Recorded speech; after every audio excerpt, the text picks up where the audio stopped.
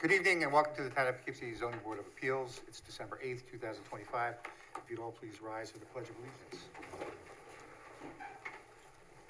Pledge of Allegiance to the flag of the United States of America, to the republic for which it stands, one nation, under God, indivisible, with liberty and justice for all. For any of you unfamiliar with the proceedings before the Zoning Board of Appeals, it's a hybrid format tonight. You can appear in public, in person, or on Zoom. There's an agenda up here and also on the website, which has the Zoom address, and also and on the agenda, each application will be taken in the order that appears on the agenda. The applicant will come forward, will be sworn, describe their application. Each member of the board may have a question or two. The public is welcome to make comments upon the application, either in person or on Zoom or by phone. When the record is closed, we'll go to the next applicant or application. When all the records are complete, there may be a short period of recess. When we come back, there'll be deliberation. The record's closed, no further evidence or testimony will be taken at that time, and we'll make our decisions. We'll deliberate and make our decisions. You can either wait till the end of the meeting, or you can call the zoning administrator in the morning. With that, we'll go for item number 1, 2 Pendel Road. There's a request by the applicant to adjourn this to the January 12th meeting. Is there any objection to that? Nope. So I move to adjourn this to January 12th, 2026. Second. Any discussion? Yeah. Maybe I'll do that.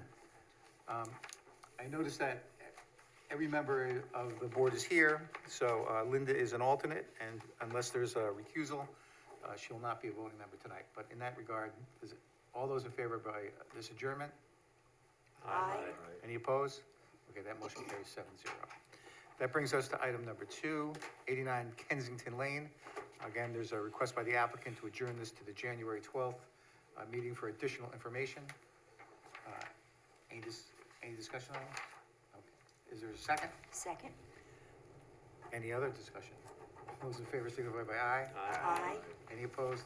Okay, that motion carries. That brings us to item number 3, 55 Scenic Drive. There was a request by the applicant to adjourn this to the January 12th meeting for additional information. So I move to adjourn this to the January 12th, 2026 meeting. Second. Any discussion?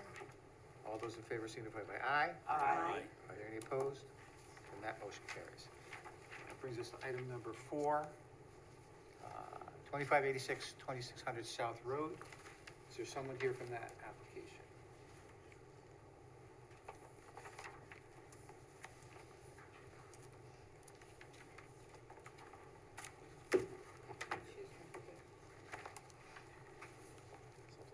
See anyone in the room? All right. I don't see any response, so we'll second call that one. That brings us to the first new business, 5 Treadwell Circle. Is there someone here for that application? Yes, I'm here on Zoom. Okay, why don't you state your name? My name is Ryan LeBren. Ryan, do you swear or affirm that the testimony you're going to provide tonight is true and complete to the best of your knowledge? Yes, I do.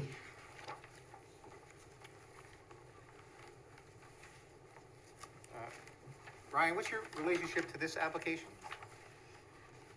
I am the agent of the homeowner, according to the paperwork there, and Right, okay. Also- All right, I have that. I'm sorry, go ahead. Why don't you describe this application? basically the homeowner had a side entrance to his home, on the south side of the home, which was already an encroachment apparently, because his house sits at 20 feet, so the side entrance would have already been, 3 feet encroaching on the 20-foot setback. So he wanted to replace that. It's very rickety, falling down, and in addition to replacing the side entrance, extend that back on and attach it to a deck that would wrap around the back of the house. So all in all, we were looking for an easement of about 5 feet to accommodate replacing the existing entrance and adding a deck that wrapped around the back of the house. Okay. And when actually was this built? Which is that now? I'm sorry? The house? No, the deck that you're requesting the variance for. The deck was built, No, okay. Go ahead.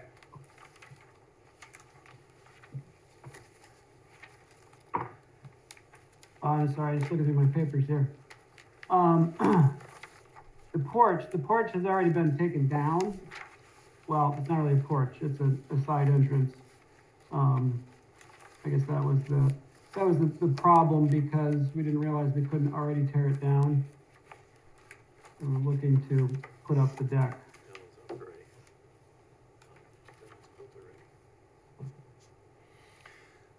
So what brought it to your attention that you needed a variance?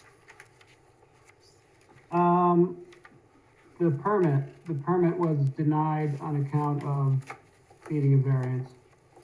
Did you apply for the permit before or after the deck was built? Unfortunately, after. Okay, how much after? Well, probably a month or two. The deck went up, and then, he wanted to do it right and get the permit for it, so that's when he involved me with it.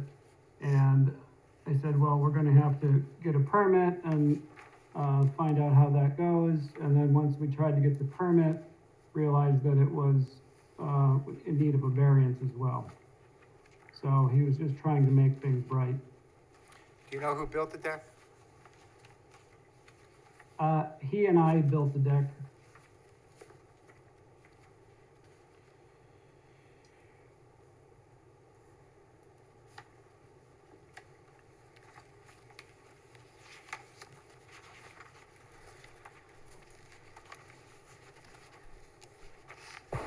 All right, I don't have any more questions at this time. Tony S.? Okay, just, was there anything that compelled you to move forward with this project quickly?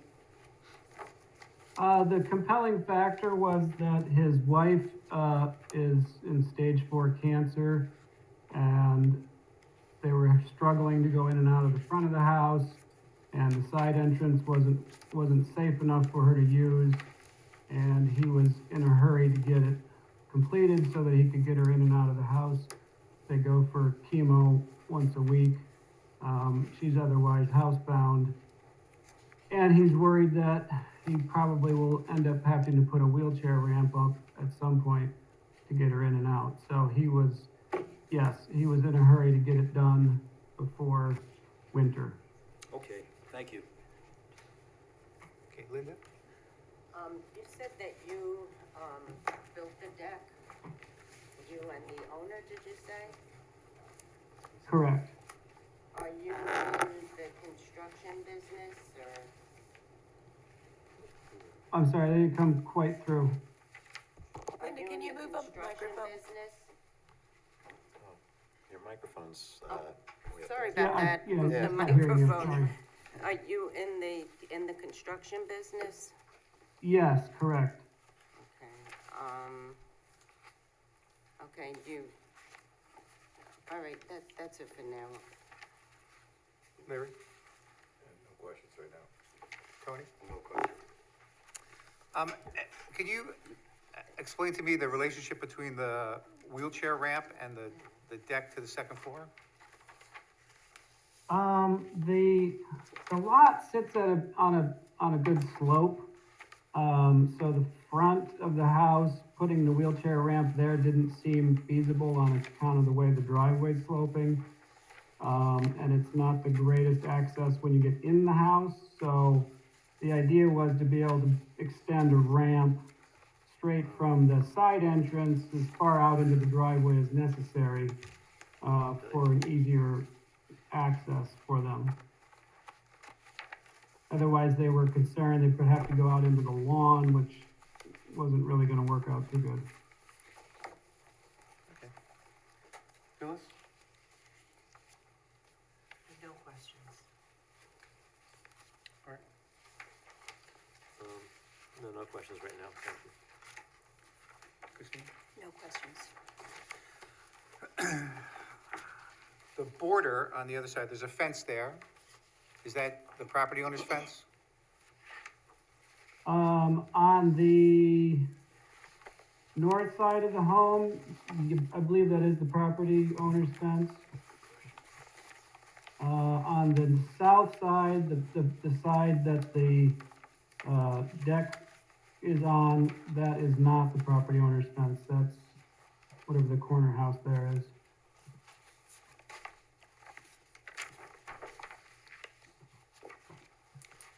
I'm not too sure which picture you're referring to. Well, the side, the side that the deck and stairs are on, there's a fence there, right? Yeah. Yeah, no, he does not have a fence there, the adjoining property does. Okay. And the plans on a piece of graph paper that indicated it's 15 feet from the property line? Yes. Was there a survey done to show that, or how did you come up with that? The adjoining property, the corner house that has that fence, was recently surveyed, so the flags are there. And we measured off of the flags and the steel stakes that we, had been uncovered from the survey. Okay. Is it fair to say that it's otherwise pretty much shielded by vegetation and other tree growth between this property and the neighbor's property to the side? Yeah, there's a hedge there about 25 feet high of, Rose of Sharon that, and then of course they also have their fence. Okay. Is there anyone from the public who wishes to comment on this application? I don't see anyone in the audience. Is there anyone on Zoom who wishes to comment on this application? All right. I don't see anyone, so I'll move to close the public hearing. Any discussion? All those in favor signify by aye. Aye. Are there any opposed? And that motion carries. And I'm gonna recall, 2586 to 2600 South Road. So, there's no response to that, so we'll go to item number 6. 150 College Avenue. Is there someone here for that application?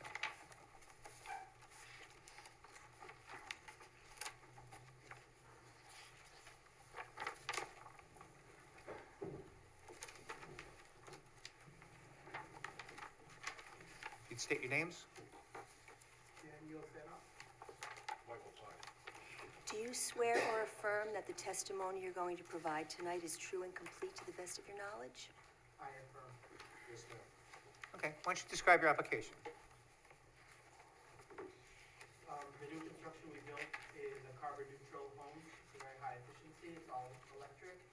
And in order, if there was ever a power outage, we'd be left with no heat or way to cook food. And also, because the building is such tight construction, we would have a problem of stale air. So in order to remediate that risk, we would like to install a generator. Okay, and so you want to put the generator in the front yard, and why is that? That is because of accessibility and serviceability. Okay, is there a reason, well, let me ask you this. Which side of the house is your panel, your electrical panel on? It's on the eastern side. One eastern side, facing the street, which is why the generator location would be optimal there. Okay, it's my understanding typically that you put them right next to the house. Correct, with the firefighter disconnect switch in the new current election codes, they have a disconnect from the house, they're no longer on the side of the house. Okay, It's for firefighter safety. By installing a generator at the same location, we're trying to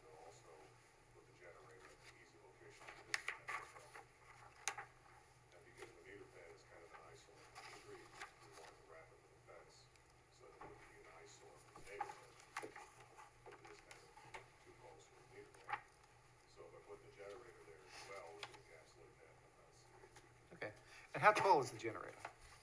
Generator is approximately about 3 feet, give or take, once there's a pad underneath it of stone. So with the stone pad, it should be about 3 feet with an edge. Okay, so you could put a 3.5-foot fence up around without a variance. Correct, but the variance is for the generator in the front.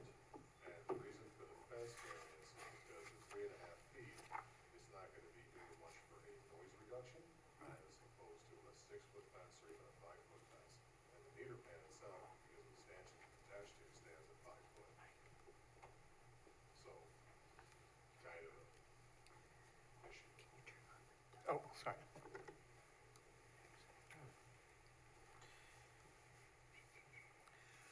What do you think the minimum size fence that would satisfy what you need to do? I mean, I could put a 2-inch fence there if that's what you'd like. I just thought it would be more Oh, okay, attractive to hide but- the meter pan. What's the minimum size fence that you think would satisfy what you need to do? I would say 5 foot. And what type of fence do you think you would put up there? It'd be a cedar stockade, privacy fence. How do you feel about the sides of the house are paneled quite nicely? Correct. Is there a way to replicate that? The paneling on the house or the fence? Because the fence is the same fence that I plan on installing that's on the side of the house, which you can see from the street, which I believe you saw on your site visit. Okay. Now, if you're talking about the clapboard siding, that's. No, not on the house, but it appears to be like a gate or something. That is the fence that I was planning on using. That is Okay. a cedar stockade fence. There's actually 4 panels sitting in the front yard, which would be the ones that we were gonna be using for wrapping the meter pan. Okay. They come in 6-foot sections, off the shelf, but I can cut that to whatever size you guys deem necessary. I just thought that by covering the meter pan as well, excuse me, it would eliminate any issue with seeing the meter pan, which I feel is an eyesore in the front of anybody's house. So you want to come all the way out to the meter pan? Well, the meter pan is the location of the generator. There's 2 stanchions there, and there's the meter box, or the meter pan. The generator would sit next to it, which is about 24 plus 11, so about 36 feet from the road, 24 feet from the sidewalk. And by wrapping the fence around it, everything would be contained and not in the public view. And it would be the exact same fence that you brought up, mentioning that's on the side of the 2 houses. Okay. Tony?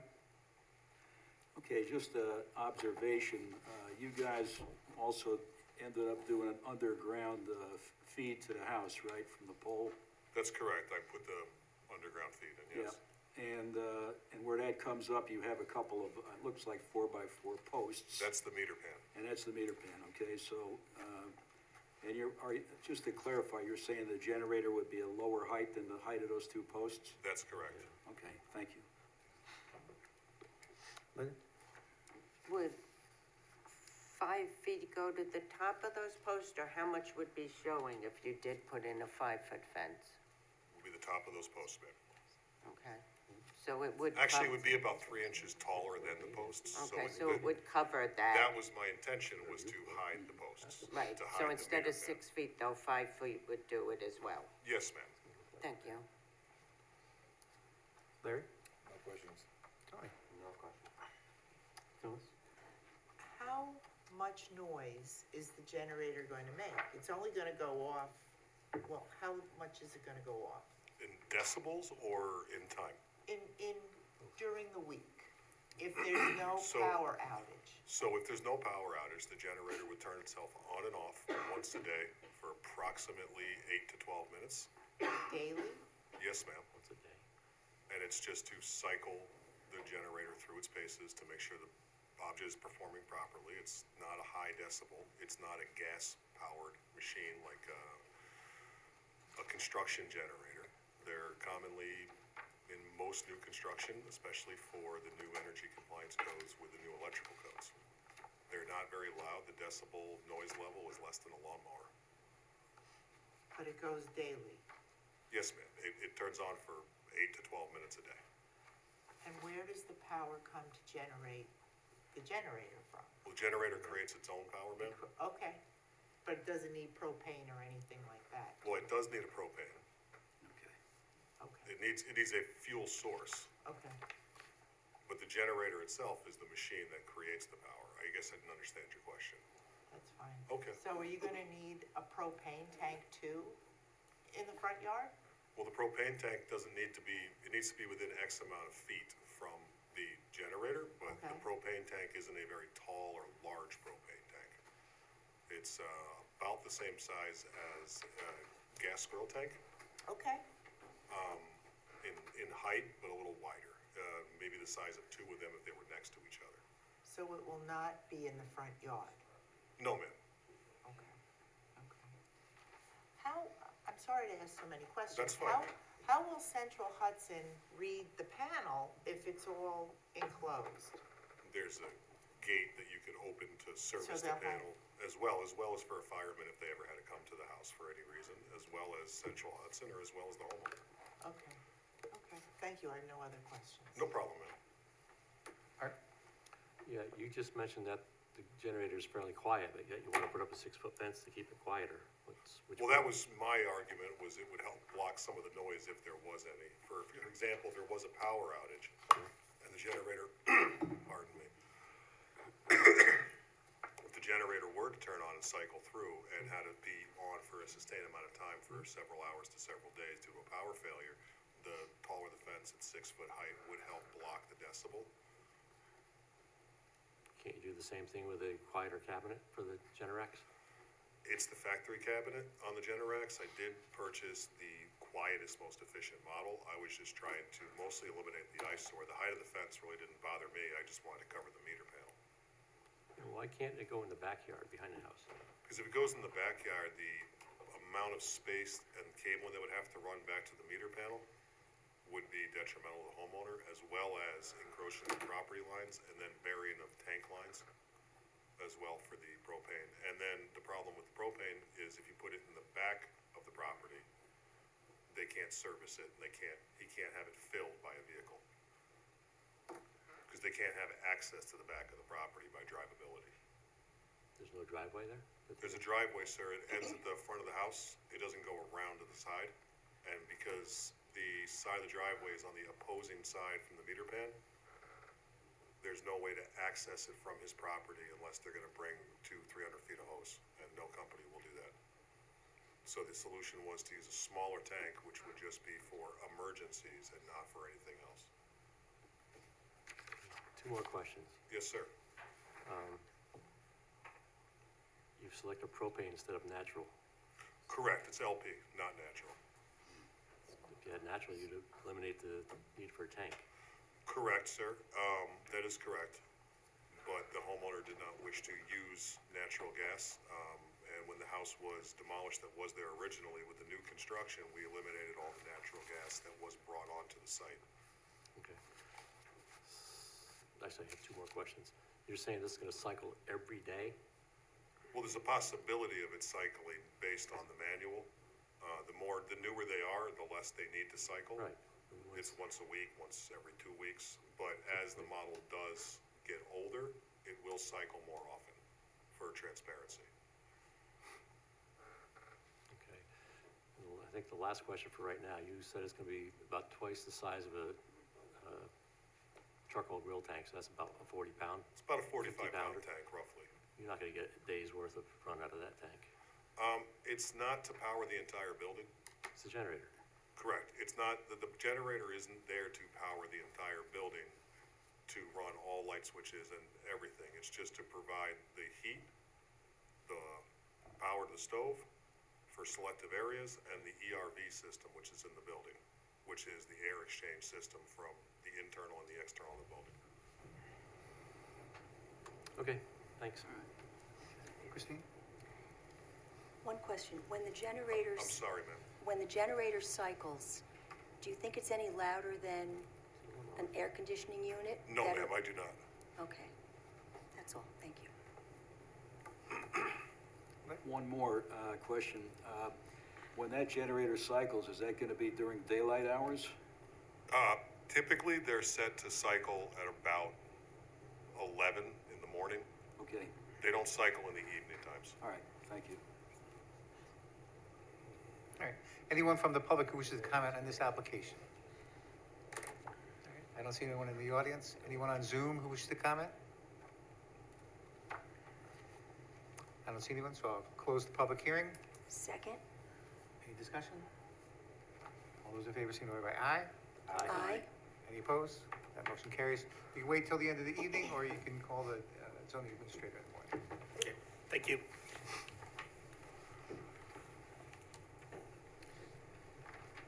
The next is 2519, 2521 South Road. Someone here from that application?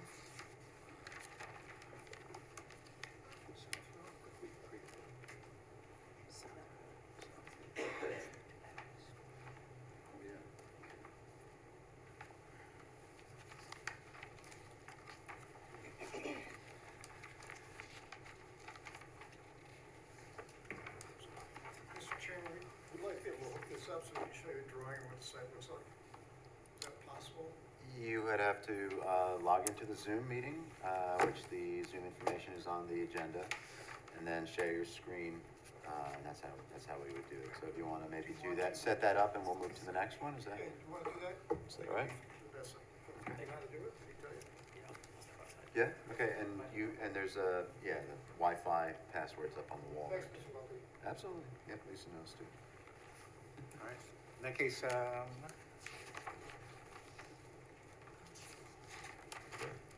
6468 Creek Road. Someone here from that application? Applicant first.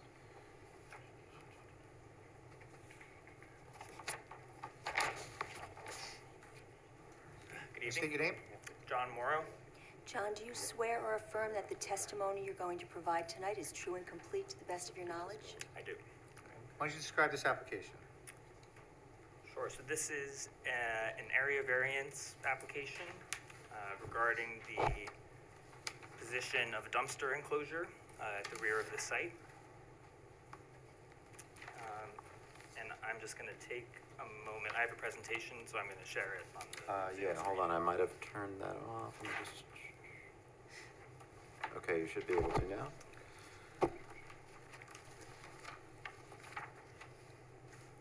There were some shenanigans at a recent meeting, so I'm being a little extra cautious.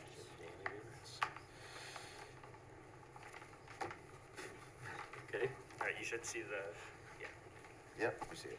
And we have screens in front of us, so we see. Okay, great. So I'll go through this brief presentation, which should provide you all with an overview of the project and the site and the reasons for the area variance application. I'll start by providing some basic information about the site and the zoning and the site layout, and then I'll step briefly through the different. I did. Oh. Sorry. I'm sorry, go ahead. No worries. I'll go through the 5 area variance application questions, and then at the end, turn it over to you all for any questions and comments. So the address is 6468 Creek Road. The project site is identified in the image on the right. It's 1.4 acres, and it's in the BN Neighborhood Business Zoning District.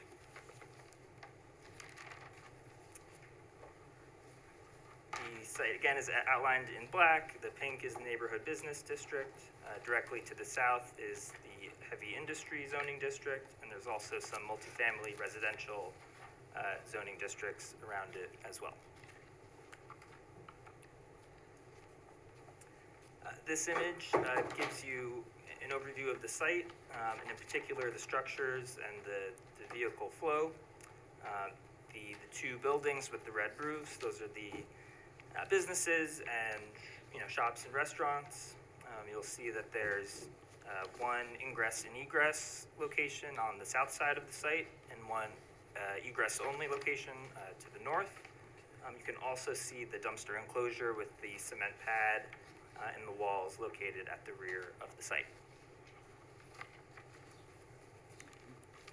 On October 15th, the applicant received a denial letter from the Town of Poughkeepsie Zoning Department. This letter identifies the need for an area variance per section 210-112. Next to number 2 on the image below, I'll just read briefly. The letter states that the extension of the refuse enclosure requires a variance from section 210-112 for being within 50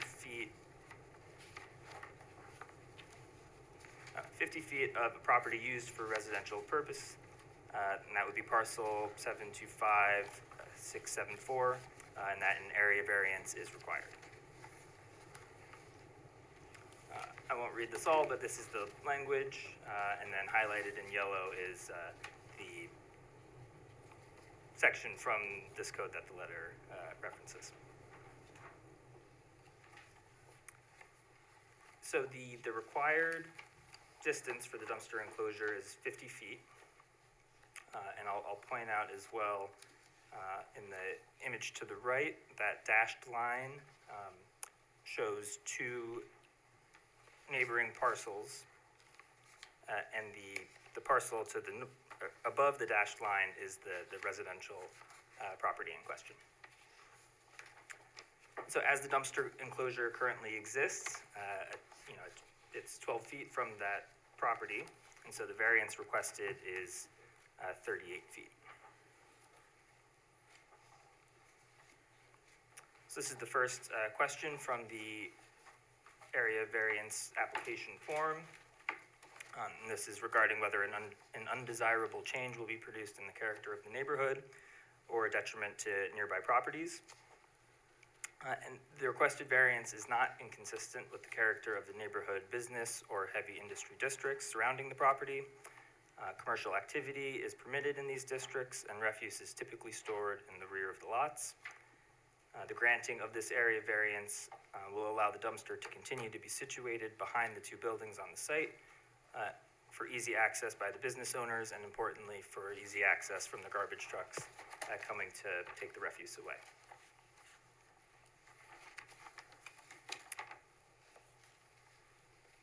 You've seen the image on the left, but I've just pointed out the garbage truck movement, and then the image on the right provides you with an aerial view and shows the auto parts and junkyard located directly to the south of Creek Road Plaza.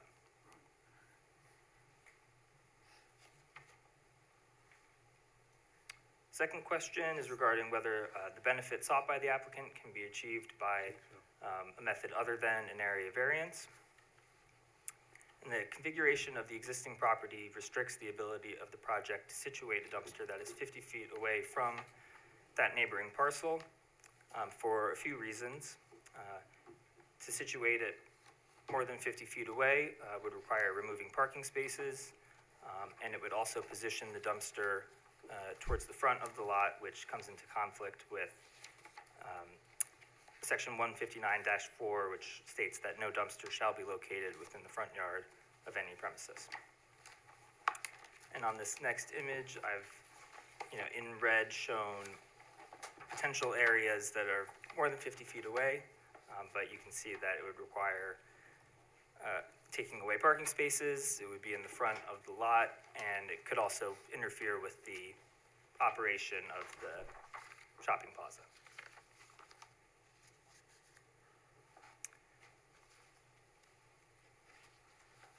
The third question is regarding whether the required area variance is substantial. And so while 38 feet is a large percentage of the 50-foot requirement, the design and construction of the dumpster does show compliance with all other requirements in section 210-112 and allows for the safe and secure storage of refuse. It screens the dumpster from view, it makes it fireproof, and the concrete pad and the walls prevents access by rodents and other vermin. I think the totality of the relevant circumstances must be evaluated, and the variance, if you choose to grant it, would not be substantial. Here are some photos of the dumpster enclosure, just to give you some reference. You can see the walls and the swing steel gates, and you can see some of the tree line as well, and these were taken just a few weeks ago. fourth question, whether the proposed variance will have an adverse effect or impact on the physical or environmental conditions in the neighborhood or district. Like I mentioned, the design and materials of the dumpster enclosure minimize any impact to the physical environment.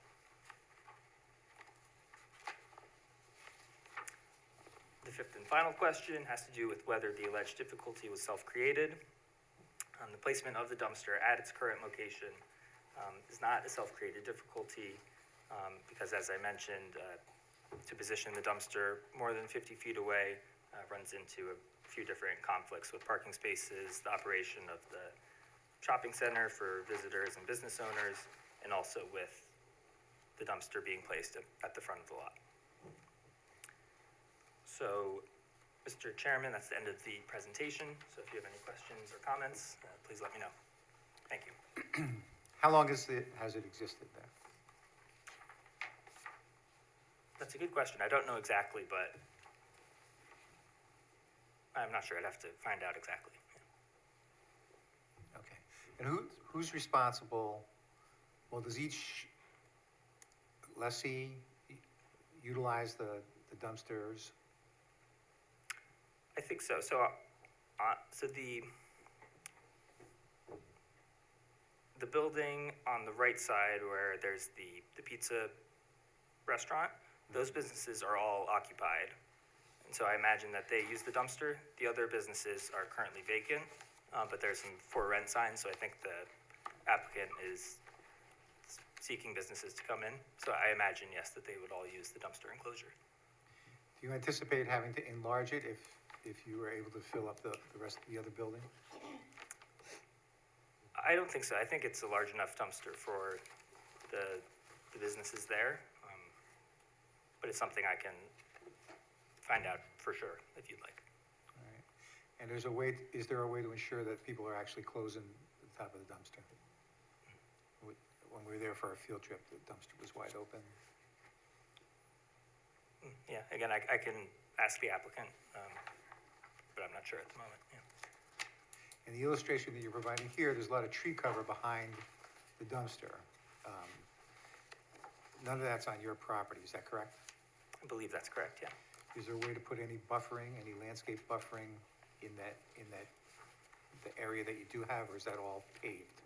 No, there's certainly space to provide buffering. I think the area, to the side of the dumpster and the applicant's property that's behind the dumpster is dirt and soil, so if there's certain kinds of preferred landscaping from the town, we can certainly put some in. Are you still in front of the planning board for anything? I don't believe so, no. This was approved quite a long time ago. It's actually a project that's been very long time in development. That's why the one building is occupied, the other was not able to be occupied until recently. They finally worked some things out with the sewer, and now they're okay, aside from this variance. Is there any way to condition some landscaping subject to somebody's approval? Sure, we could do, condition it on staff, looking and make sure landscaping is put in, and then the thing is, you probably wouldn't plant it right now, so we might want to do a small bond for the price of the landscaping. We could figure that out. Okay, is that acceptable to the applicant? I think it will be, yes. Okay. Tony, do you have any questions? Just an observation. It was already mentioned that at times the dumpsters are left open during the daylight hours, but also I noticed the gates are wide open, and quite honestly, it would look better if the gates were closed all of the time unless they're being accessed.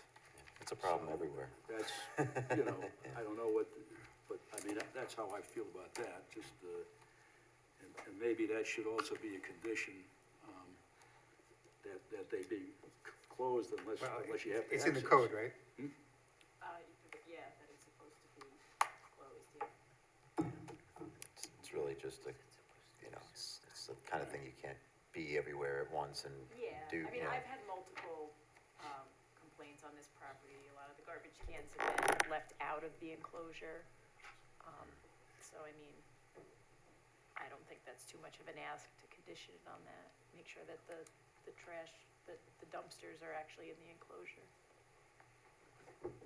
Okay, that's the only observation that I have. Okay, Linda? Yeah, the other observation that I noted when I went out is the type of gate that they have. I think, as I recall, it had some kind of paneling attached to, an open gate.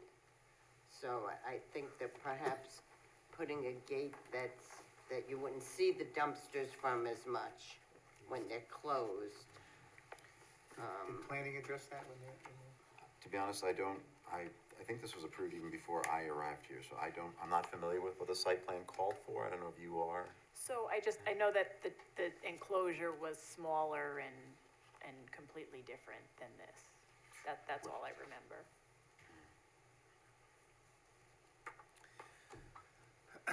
Would you like to? Yeah.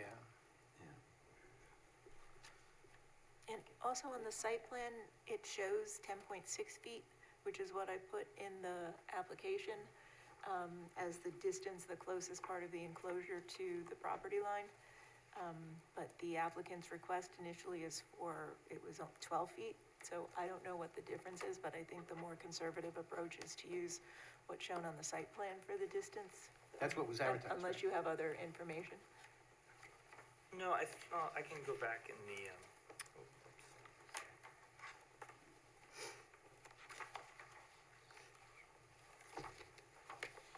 It was advertised at 10.6, right? Right. so, on the survey, if you can see on your screen, yeah, the property above the dashed line to the right, that is the residential property in question. So the distance, the closest distance from the dumpster to that property is 11.6. The 10.6 is to the junkyard auto parts property below. Maybe I'm mistaken with the rules of the area variance distances. If it needs to be 10.6, I don't see So that. it's actually technically, I suppose, somewhere between 10.6 and 11.6, but I didn't see anything that got it to 12, unless I'm missing something.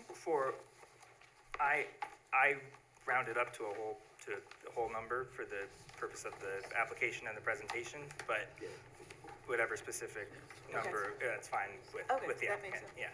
Yeah, thank you. So is it 38.4 feet is the requested variance?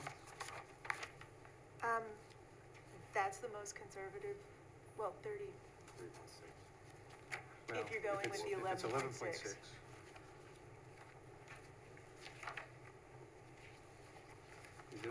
Is it, I mean, if you want to be really technical about it, there's probably a is it point 11 that's feet, closer 6 than inches or 11 11.6, feet? but, 11.6 feet. so, Is it 11.6 inches? it's 11 11 feet, feet, 6 6 inches. Not 11.6 feet. Well, actually, this is 11.6. Well, isn't that the same? No. 12 inches in a foot? So 11 Oh, feet, 6 inches 11.6, would be right. 11.5. Right, sorry, it's been a long day. Can you tell, do you know whether it's inches? It's 11 feet. And, and how many inches? It's I see. definitely a point on the, Okay.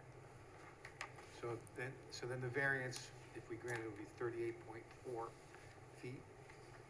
that's from the right corner of the dumpster enclosure.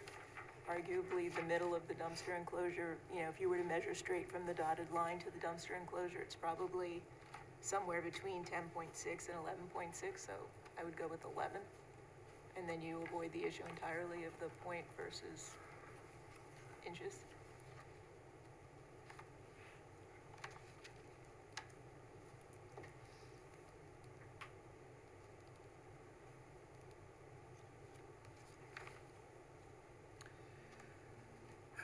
Okay.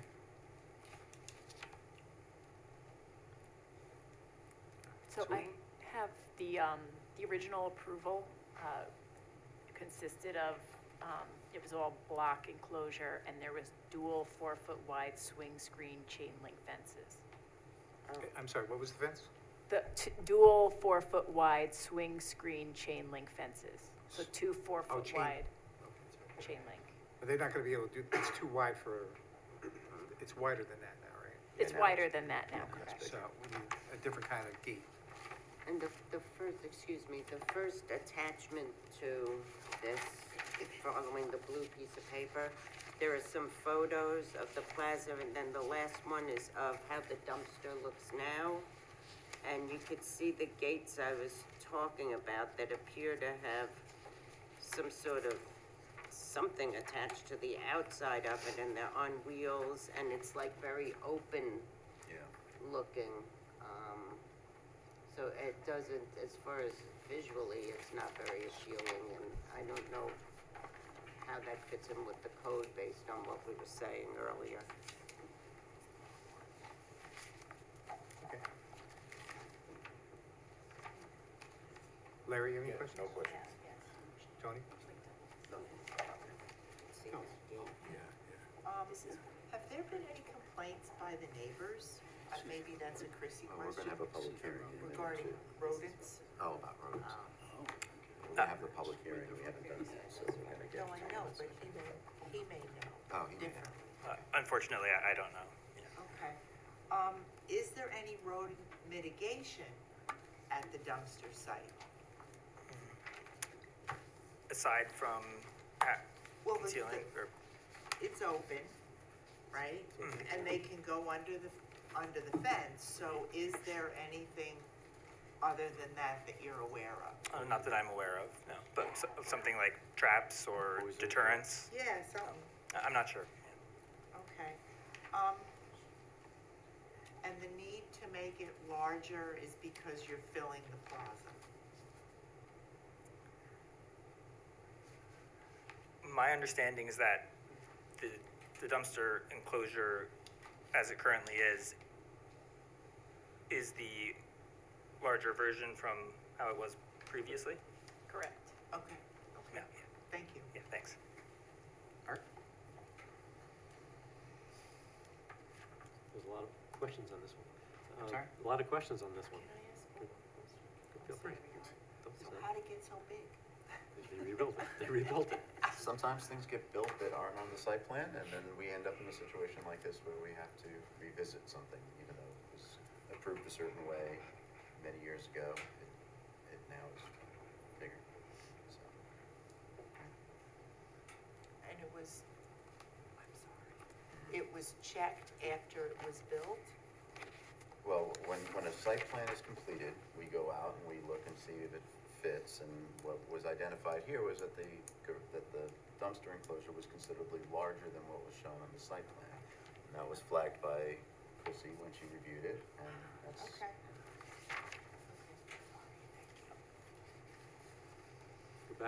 Go back to the chairman's question.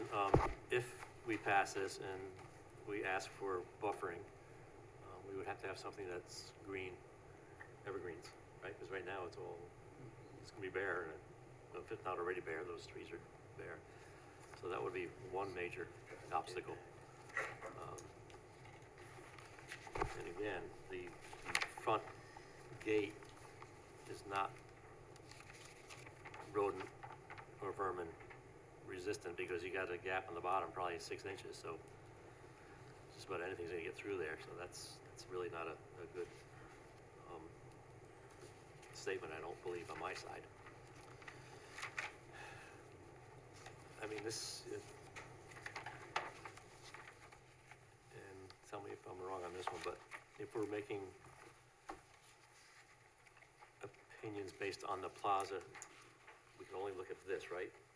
We can't look at other things, like he's got illegal signs and banners and stuff like that, that's consistent. Right. That's off the menu, okay. All right. I'm done, that's all I have. Christine? No questions. All right, anyone from the public who wishes to comment on this application, come on up. Maybe you could unshare your screen and maybe have a seat in the audience for a minute so the person can. Oh, you remember. Thanks, John. Yep.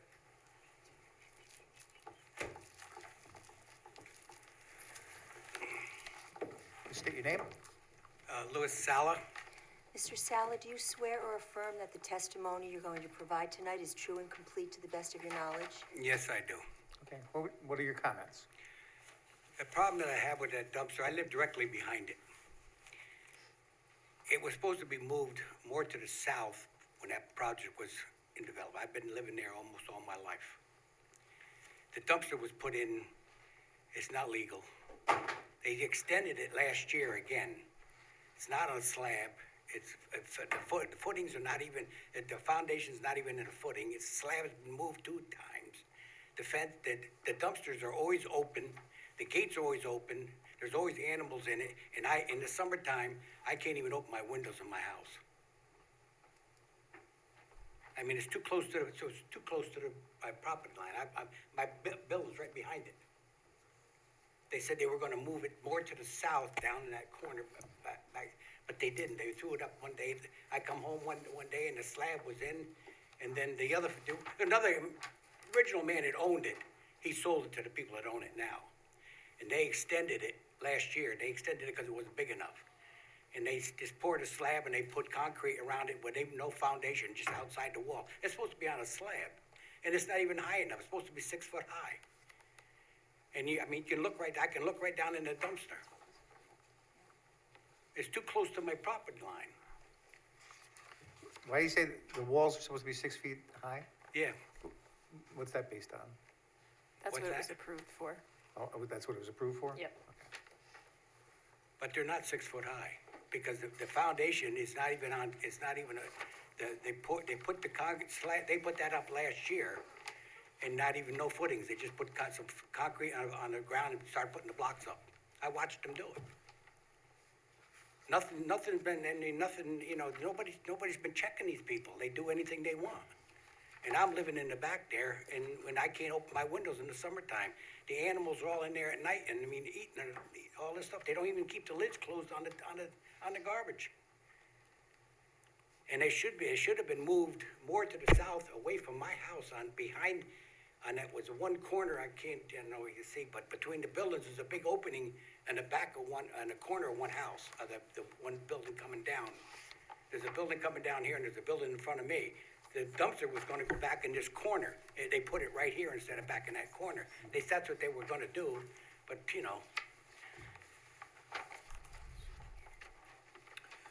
like I say. What's the setback requirement for dumpsters from business neighborhood districts? It's, the only setback really is from a residential neighborhood. Okay. So if this dumpster enclosure was several feet south, where it didn't encroach on, If it wasn't, but there's a residential parcel used for residential, so it has to be 50 feet away from that. okay. From any part, okay. Yep, if that was business, if his property was business and it was used as business, then I would say 10 feet. Chrissy, was the original site on the site plan, was that 50 feet away, or did they have a variance, or? No, and I asked Eric about that, and he said he believes that it was missed. Oh, okay.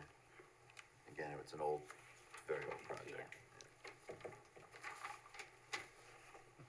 Okay.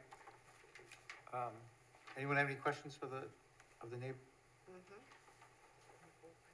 You have any questions? No, I'm sorry. Okay, anything else you'd like to say? That's all. Okay, anyone else who wishes to comment on this application? Thank you. Sure. I don't see anyone in public, anyone on Zoom who wishes to comment on this application? Question? Yeah. If we're looking at this map, why couldn't it You want to have go- the applicant come back up? Sure.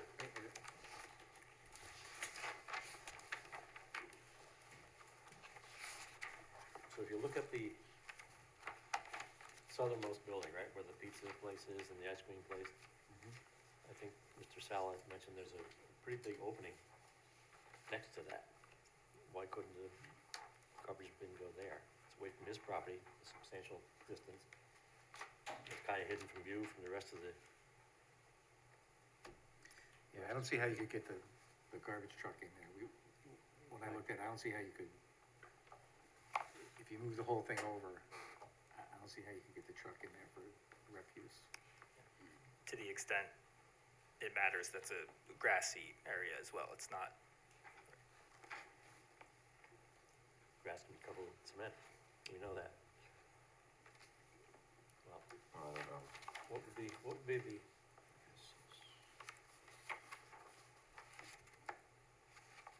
if we decided that we wanna look at this again and see how much clearance that we think is there, would that be something that we may want to do, rather than make a decision this evening? Sure. We've done it before. Just be sure we're all talking the same thing. I do have another question. From looking at your map and something you mentioned earlier, you said that the driveway to the south is entrance and egress, and the one to the north is only egress. But looking at that map, it looked like there was a sort of a parcel of land up on that north side of your shopping center, and I wonder if that's a possible location for a dumpster. That's right in front of his house. It's right closer Yeah. to the house. Worse. That's right, near the house? Yeah, You're looking right at it from his, Okay, so that's worse? that's worse. Okay, all right, well, that answers that question. Could I just have one more question? How often is the garbage picked up? that is a good question. Sorry, Yeah. and could it be picked up more frequently? I can look into it, but yeah, I'm not sure. Because that might ameliorate some of the issues. Yeah. Right? I mean, granted, there's only so much space, and so if you could check, please. I can certainly check. Thank you. And similarly, the issues of the rodent deterrents or traps, the plantings around it, I do believe those are all things the applicant would be amenable to. Can you address any of the issues that the neighbor complained of, the smell? I mean, are you able to describe or offer any sort of alternatives to address those issues? Or do you need to talk to somebody else?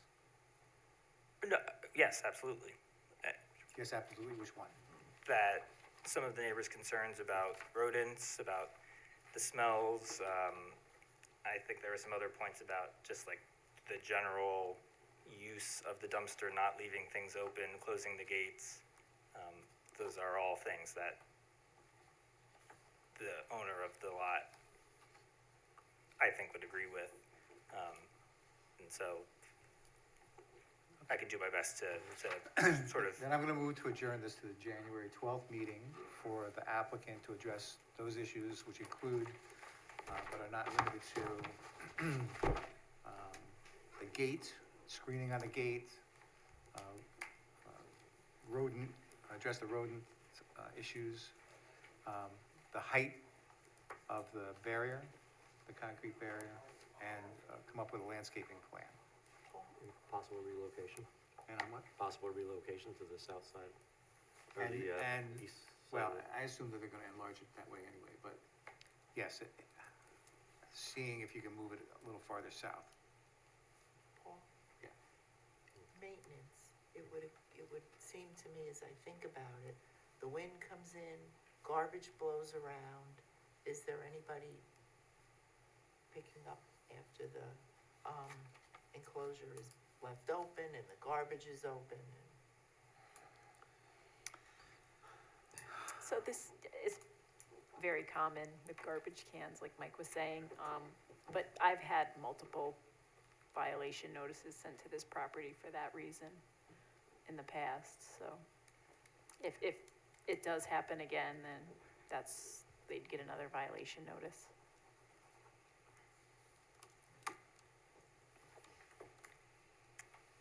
Okay, anything else you want the applicant to address for our next meeting?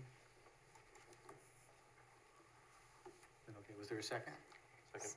All right, all those in favor signify by aye. Aye. Aye. Are there any opposed? Then that motion carries. So you understand what we're looking for? I do, yeah, yeah. Okay. And yeah, those kinds of operational aspects of the business, I suppose I can't speak as well to, but I would agree that those all make sense, and I think the owner would agree to do those. Okay. Yeah, thank you all.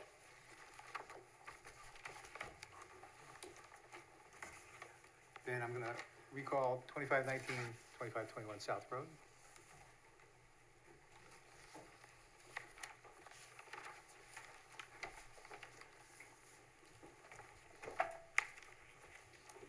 Good evening. Hello, Mr. Chairman, members of the board. My name's Ken Stenger. We're here, this is my colleague Dan. Dan Ravo's done some work to help you visualize where this proposed application is located and the impact that may or may not occur as a result of your granting or not granting the variance. So I'd For the like- record, why don't you describe why we're here tonight? So, we have a law here in the town of Poughkeepsie, and it says that 2 tobacco-selling stores should not be located closer together than 500 feet based on a boundary-by-boundary or boundary-to-boundary measurement. We are here tonight on behalf of an applicant who has a lease to open a tobacco sales store on the west side of Route 9. And it's within 210 feet, approximately 210 feet of a tobacco selling store on the east side of Route 9. We would like to show you, through the exhibits that we've submitted to you, the measurement of the distance between the 2 spaces, the 2 uses, that are both permitted within the district, but not permitted within 500 feet of each other. And we would like to show you the impact in terms of pedestrian travel time from one to the other. And at the end of this presentation, I would like to go through the recommendations from the town's zoning department, their analysis of it, and hope to show you and convince you that the unique feature of this application, which is the Route 9 running between the 2 stores, will have an interesting impact, that in fact, that the grant of this variance will not contravene the purpose of the law that we have in the town of Poughkeepsie separating tobacco stores by 500 feet, but in fact will be consistent with it and will in fact allow 2 uses that are permitted within the zone to exist that will, as a consequence of Route 9, have double the travel time between them, pedestrian travel time between them, as would be permitted if they were 500 feet away on the same side of Route 9, 500 feet away from each other. So I'd like Dan to be able to get up and just show you the drawings so that everyone will understand where the locations are and what the distances are. And then I'd like to go through what the what the zoning department's response was. Before you do that, are you looking for an interpretation Looking of for the an rule, area or are you variance. looking for a variance? Yes. The application we filed is for an area variance. It's a 58%, it's a significant area variance, it's 58% from that which is permitted as of right under the statute. Okay. Good evening, my name is Dan Ravo, and Talk right in the microphone there, okay. as Mr. Stanger said, I'm here to talk about 2 images which you'll find as exhibits in the application, in the hopes that we can talk about the facts and circumstances surrounding this application and look beyond the black and white numbers. As Mr. Stanger said, we are asking for a 58% variance, but based on the distance and time that it would take to travel between the applicant's tobacco store and the current tobacco store, which is called Tobacco King, you'll find that the impact is not only de minimis, but is in alignment with the purpose of the town code. I'm going to share my screen. The first image I'll be pulling up is Exhibit E in the application.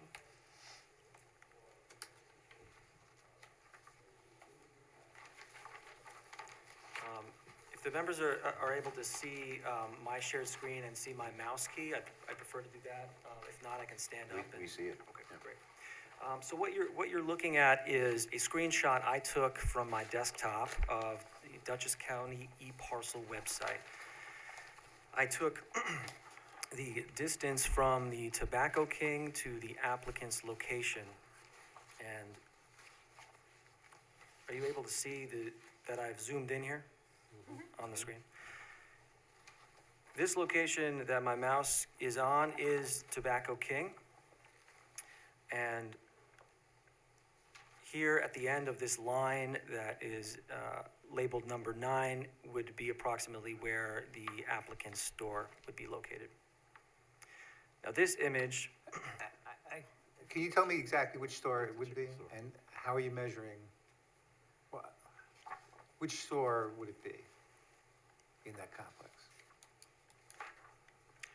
I believe that it would be approximately where my mouse It's not quite on the corner, because that's the new chicken place, but it's just immediately south of that, I believe. just beneath this right here. Yeah, yeah. So I apologize. Right around there. Yep. And did you measure from, It's from, yeah, so I mean, from parcel access, I, roughly tried to figure out where the store was to the property line of the 2506 South Road spot.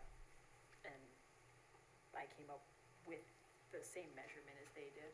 okay, but where did you measure from? So I began my measurement here, if you can see where the mouse is. Again, this is Tobacco King. Right. And I clicked one point here, and what we're seeing here, if I could just explain the image before I showed you how I did the measurement. This is the vehicle travel distance. So if someone is to start at the Tobacco King and decide that they want to go to the next closest tobacco store, our applicant's store, they would exit the tobacco parking lot and have to begin going north on Route 9. They would travel up past River Edge Drive, which does not have a left turn lane, and have to go to the next area where they can make a U-turn located up here by the number 2. So the way I measured this was eParcel allows you to click to begin where you'd start. I then go to the point at which you would make a turn. I click again, and that indicates one measurement, which we can see, which you can see each measurement is located on the top right. So this is the distance that a vehicle would have to travel. You can see on the top right that it is 3,520 feet that a vehicle would have to travel to the applicant's location. But I think what's more compelling is the pedestrian travel time. Now this is, I'm going to stop sharing for a moment. This will be, one moment. This is Exhibit B in our application.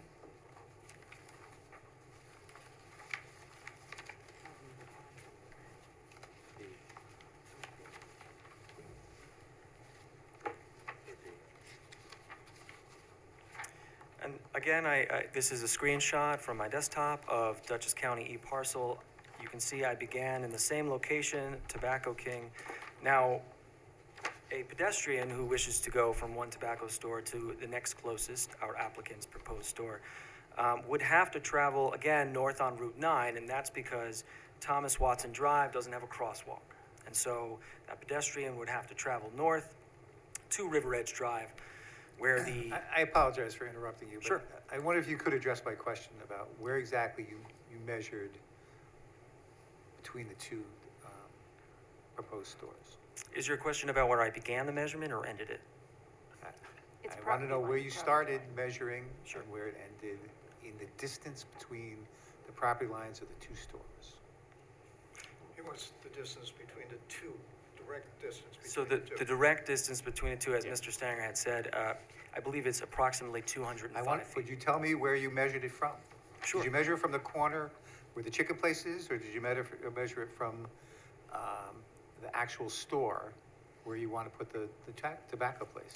If you, It's from property lines. It's from just from the property line, the Yeah, so you entire, would take that corner to that corner. Closest corners. Yes. Okay, That's so what the that's- law two requires. corners. Yeah. all right. So you measured from the closest corner of, so show me where you measured. sure. I'll zoom in here, and again, this is the Tobacco King here, if you can see my mouse. So this orange line is a measurement line on Dutchess County e-parcel. This is the beginning point where my mouse is. Did you not understand my question? I suppose I don't. Do you understand a direct line between the two properties? Can you show me that? Where you measured? It wants to show where you measured from property line to property line, am I correct? Yes. So from the corner to the other corner. I don't believe that we have an exhibit that shows that. Can you show me how you came up with your measurement for the request for the variance? How'd you come up with the number? Just show me how you measured it. If you'd like, I can go on Dutchess County e-parcel now and No, do so. what he's saying is you've got an application, we've made a representation from property line to property line. The chairman wants to know how we made that representation to his. Chrissy come up did with this. the I did number? the same thing on Dutchess County e-parcel. I went from property line, the edge here where we see this beginning piece. Okay, and then put your pointer where you measured. Okay, I believe I went to this property line. okay, that was my question. Oh, I apologize. Okay, Good. thank you. Do we have an answer? I Mr. do. Chairman, or do we need more? No, I believe your measurement. So again, this is the pedestrian distance. And again, I went from the point of the Tobacco King and I measured where a pedestrian would walk along the sidewalk, up Route 9, across the crosswalk, and down into the plaza. What you will see if you look in the top right corner here is that the total distance is 1,014 feet. Now, before I came here, I Googled the average walking speed of a pedestrian. If you do the same, you'll find that it's 3 miles per hour. I multiplied the feet in a mile by 3 to get the total distance a pedestrian would walk in an hour, and then I divided that by 60 to get the average distance a pedestrian would walk in a minute. Now, the code asks for a tobacco store to be no farther than 500 feet. So the code is seeking that a pedestrian would travel no more than just under 2 minutes to the next tobacco store.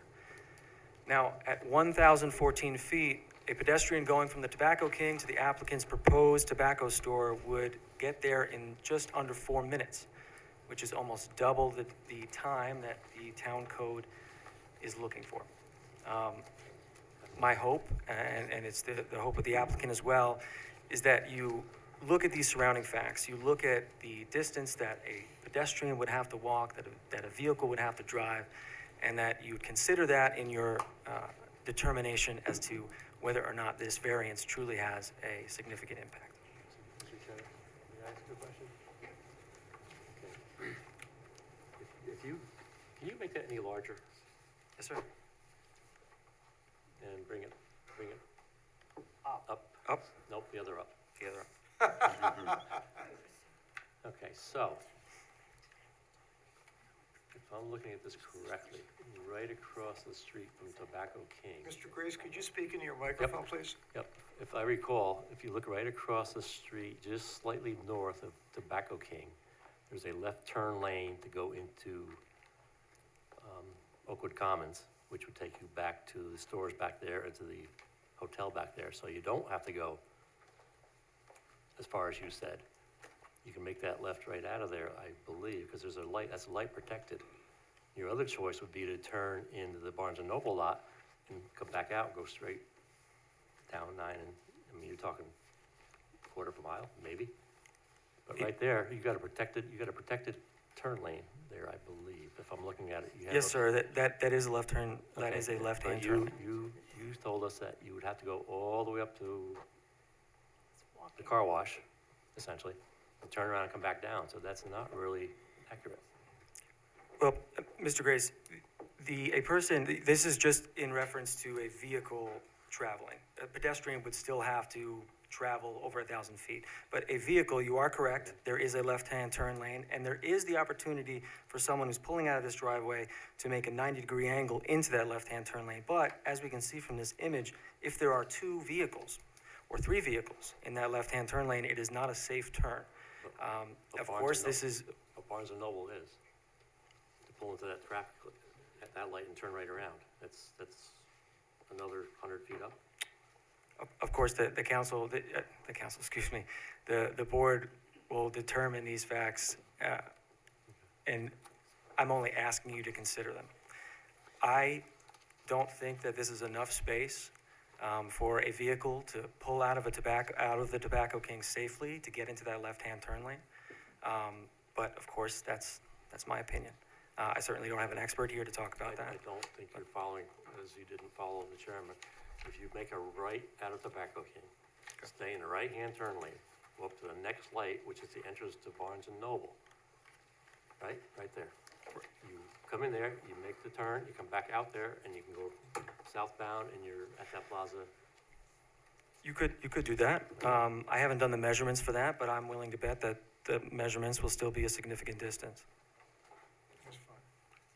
Mr. Chairman, do we have to consider the walking distance from tobacco shop to Well, tobacco shop? perhaps you can explain to me, or help me understand, why you think that the purpose of the code is to limit the distance that a shopper has to go between different tobacco places. May I address Please. that? Because really the conversation tonight, I think, about that statute has to do more with pedestrian traffic than it does with automobile traffic. And the reason why I say that is, I've read the Town of Poughkeepsie Planning and Zoning memo that was written in response to this, and I thought it was an excellent document. I'd like to refer to the first staff comment on whether an undesirable change will produce in the character of the neighborhood or a detriment to nearby properties will be created by the granting of the area variance. In that first paragraph, the Planning and Zoning Department correctly notes the effect of section 210-111.1A. And it is to prevent, it's to create separation distances between tobacco stores to limit the undesirable impact of potentially resulting from the proliferation or concentration of these uses. And when I read this, I think of this word impact as being the critical word in that statute. And the impact here is best measured by the concentration factor. The concentration factor really, in my view, would be how do you get from one place to the other without causing a change in pedestrian traffic? Here, under this rule, the 500-foot distance between the two stores will generate pedestrian traffic at a separation point of 2 minutes. So if I want to walk from one store to the other store, it's 2 minutes. That's what concentration's about. Cars, I think, are somewhat different. They're there, we have the pictures of them, but cars are subject to traffic, they're subject to traffic regulation, they're subject to red lights, they're subject to the amount of traffic on the road. But pedestrian traffic is always a constant. You're walking down a sidewalk from one place to the other. And here the statute says, hey, we want you to be 500 feet away. And the impact of keeping it 500 feet away is to make sure that it takes more than 2 minutes to walk from one store to the other. And here, because of the presence of Route 9, which is a very unique factor, if I just came to you and said, I'd like to put 2 tobacco selling stores within 250 feet of each other, you'd say no, and you would probably properly say no, because it would thwart the purpose of the statute. But here, Route 9 acts as a phenomenon that, in fact, separates these two locations by only 200 and some odd feet, but has the substantive effect of separating them in terms of a concentration factor or in terms of a pedestrian traffic factor by 4 minutes, 2 minutes more than if they were located on the same side of the street. So I suggest to you that it's not just the language of the statute, but the impact of the statute. And it's not just the distance of the size of the variance, but the impact of the variance on the purpose of the law. And the purpose of the law is to avoid concentration. Adding an extra 2 minutes to that traffic on the pedestrian level serves that purpose. Or it should not say it serves that purpose, that's being too much like a lawyer, but it's not derogation of that purpose. It's not in derogation of that purpose.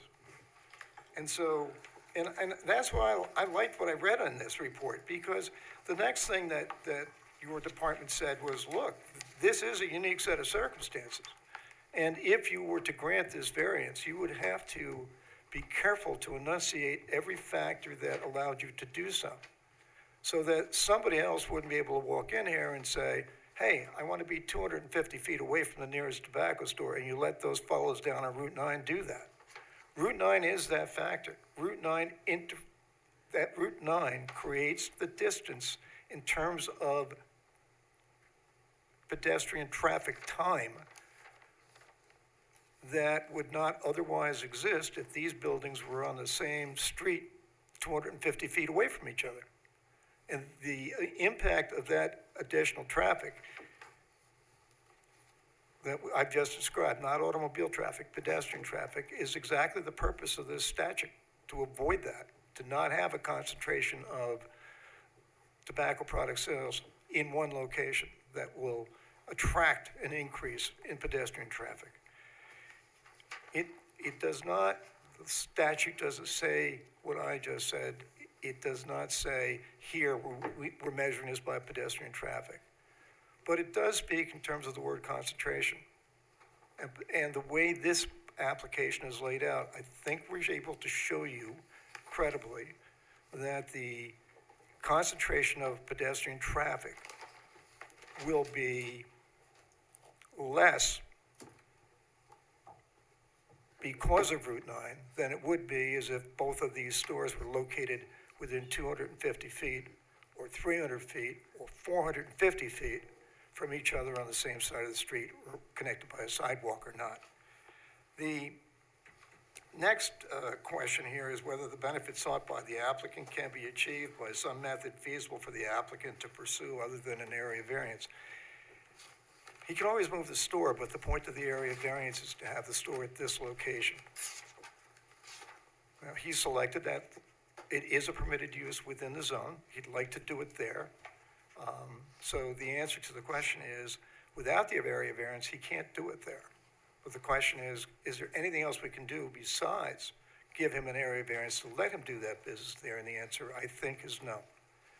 Then we go to the next question, whether the requested area variance is substantial, and the answer to that is absolutely it is. Absolutely it is. I said that at the beginning of this meeting. There's no reason to pretend otherwise. But it's still, I suggest to you that it is the impact of the variance that becomes the impact. The effect of the variance is the measurement that has to be taken into consideration, and not just simply it's a mathematical equation. A variance, a 5% variance or a 95% variance, depending on the facts in which the request is made, may have very little difference or may have a significant impact, because this always gets measured in the context of, will the approval of the area variance in some fashion change in a negative manner the immediate neighborhood in which it is proposed to be granted. And that is exactly what the staff comment is. There is the question whether or not the area variance, the need for one, is self-created. It is. It is the place where my client chose to want to start a business in tobacco sales products. He created it, no question. But it's not the only factor that's dispositive of the issue. And that point is also noted by the board, noted by the zoning department. Now, I did receive today, and I want to thank the town for getting this to me, but I received an email from a citizen who was concerned about the proliferation of tobacco product sales stores within 500 feet of each other. I read the letter. It didn't have an address, so I can't say where he is at in terms of standing. But I think You know what?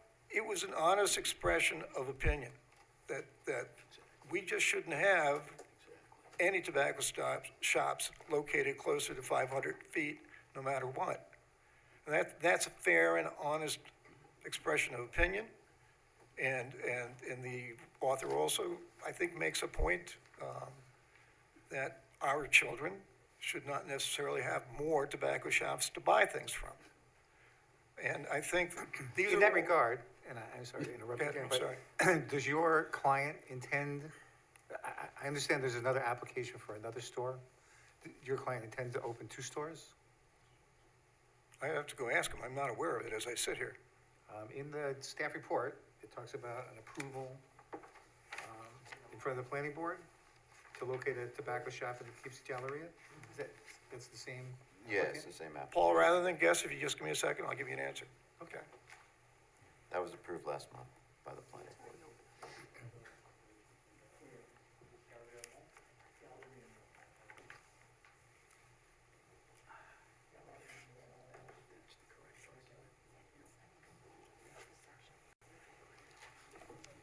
So the answer is yes. There's a second application pending up in the Galleria Mall, which is north of there, well beyond 500 feet. So my question was, does he intend to open 2? The answer is yes. All right, then, I'm sorry, go ahead with. No, that's fine. And so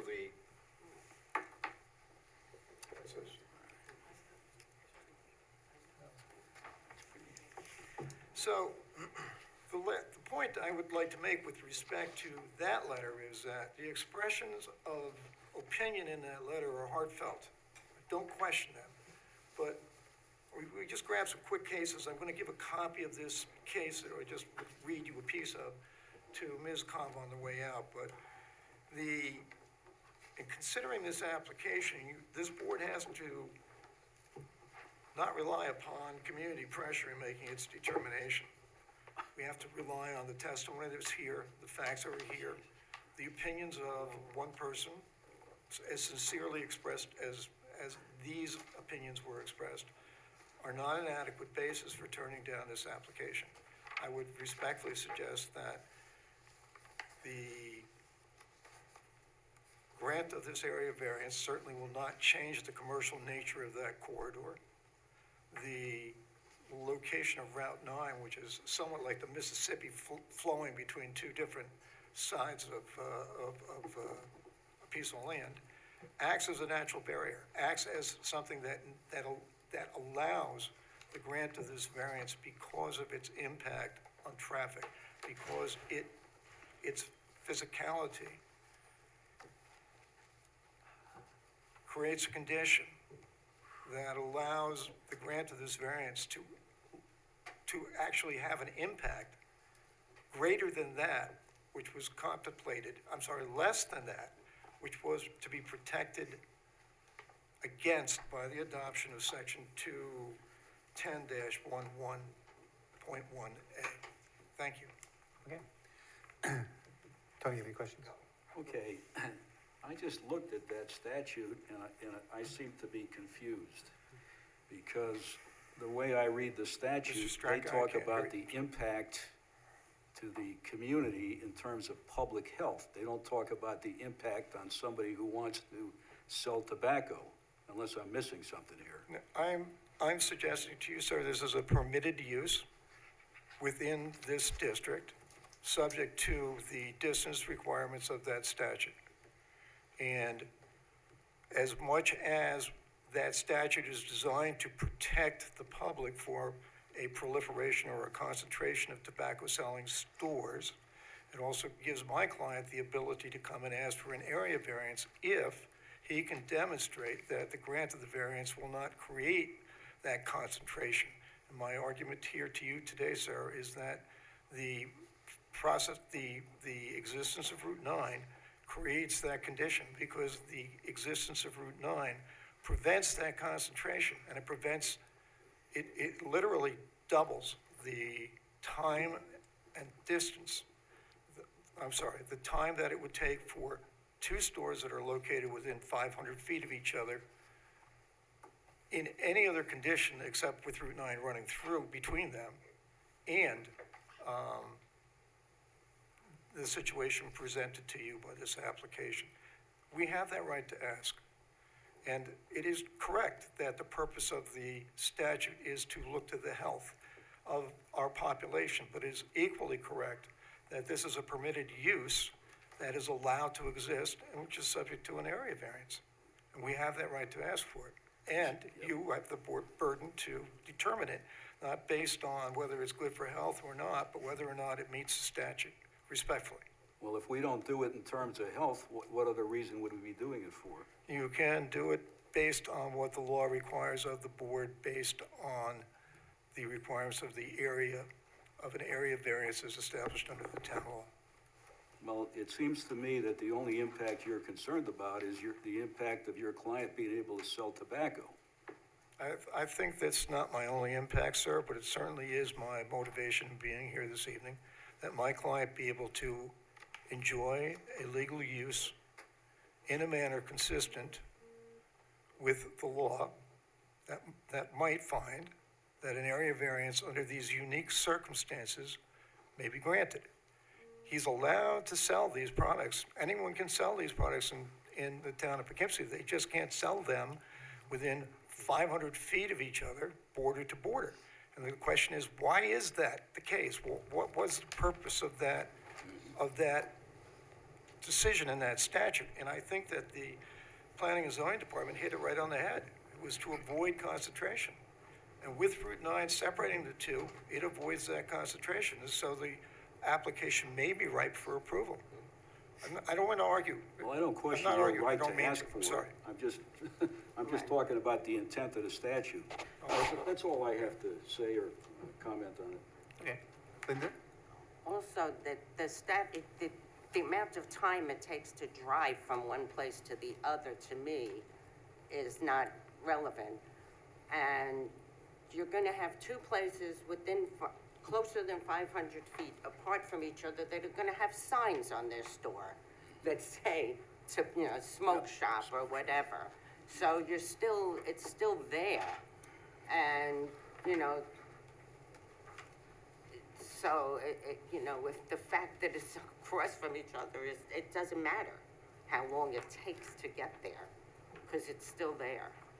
And the signs will be there, and kids can see the signs, and, people who should not be seeing it will see it. So again, it's going back to the health and safety of it, so. Ms. Montaneno, did I say that correctly? Personally, I agree with you. The traffic, the cars, I don't think that's a relevant issue. I think it's the pedestrian issue it's a fact. We couldn't ignore it. We need to put it out there. But it's an interesting point you make about signs, because signs are governed by this town. Signs aren't going to be allowed on those stores or that store. If you grant an area variance, that will have to be granted by some other application before maybe this board or maybe some other board in this town. I don't know where you go for that approval as we sit here. But you're correct. There will be signs, but only signs approved by the town of Poughkeepsie. And also it applies to liquor stores too. I'm sorry. So the statute is clearly for health and safety.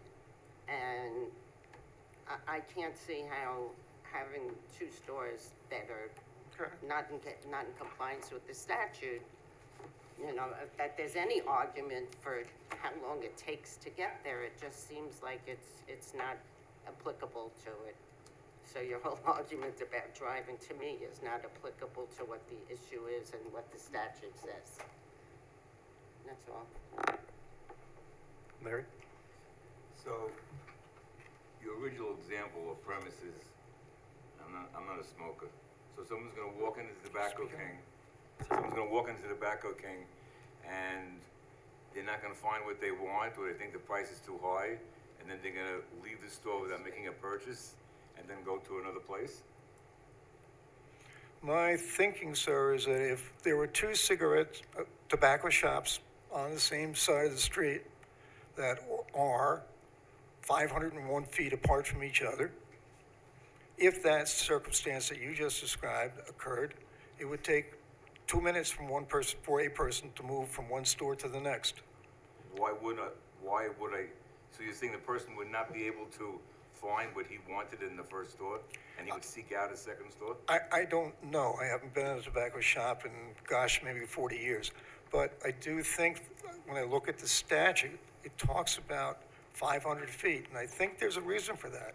It's, if somebody wanted to do that, they would have to walk more than 2 minutes to get there, and that seems to be the impact of the statute. So I think the better example is, I imagine the inventories of the two places are gonna be virtually the same, they're gonna overlap. So once someone goes the first time, they're gonna, using your example, to both stores, they're gonna see which store they want.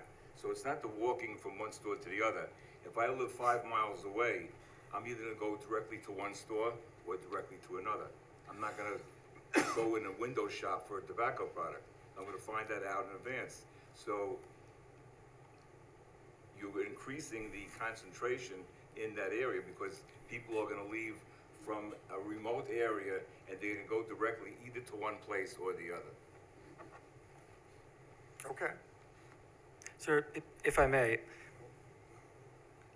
I think that, and I'll just say this quickly, you know, the statute speaks on health and safety, and I think that really comes into play when we have a customer that's going to multiple stores, and that's why we have this distance requirement. If we were just going to one store, then it wouldn't matter how far away a tobacco store would be. I think that's why we are using that as an example, because that seems to be the reason why you would have that distance. I just don't see people going from one tobacco store to another. I understand. Tony, any questions? Phyllis? I have no questions. All right.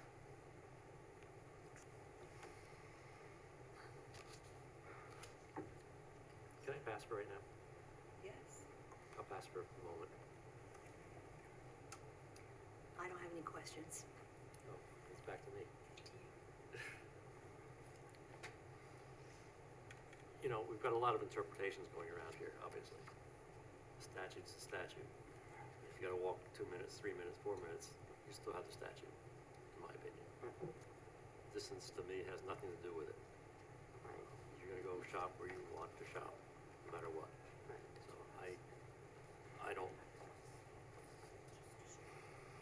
I don't see this happening. My other question is, isn't it, and I'm not sure about this one either, as you well know, wouldn't it be the responsibility of the party renting the facility? Mr. Chairman, I can't hear him at all.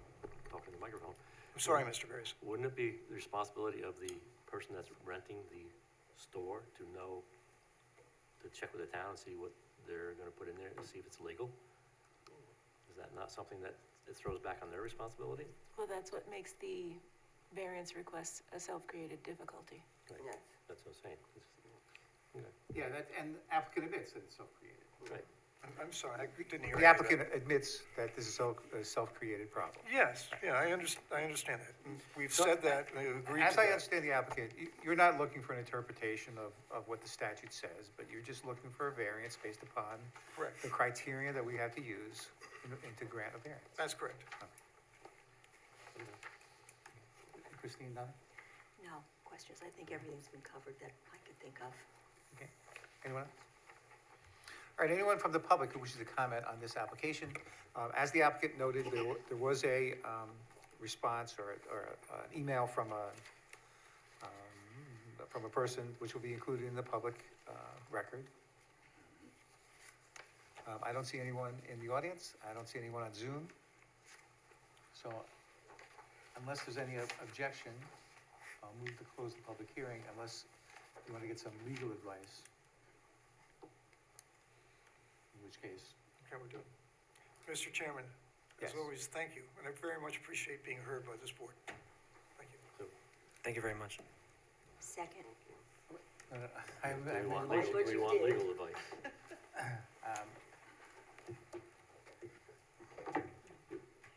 Mr. Chairman, is that something we want to do tonight, or are we going to adjourn this and I would move to adjourn it.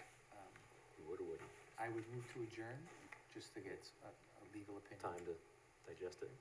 And I'll move to adjourn this to the January 12th meeting, which I think we can have a decision by then. I'm sorry, Mr. Chairman. We're gonna move to adjourn to the January 12th meeting to Is there resolve the issue. anything particular you would wish us to bring to that meeting, or just we'll adjourn for a decision?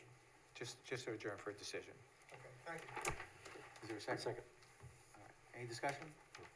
All those in favor, signify by aye. Aye. Any opposed? That motion carries.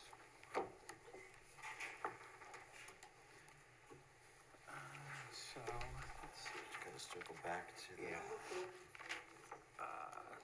2586, 2600 South Road? Come on up. I'm sorry, we called it at 6. It was like 6:04. We move quickly. I hit some traffic, That's okay. so All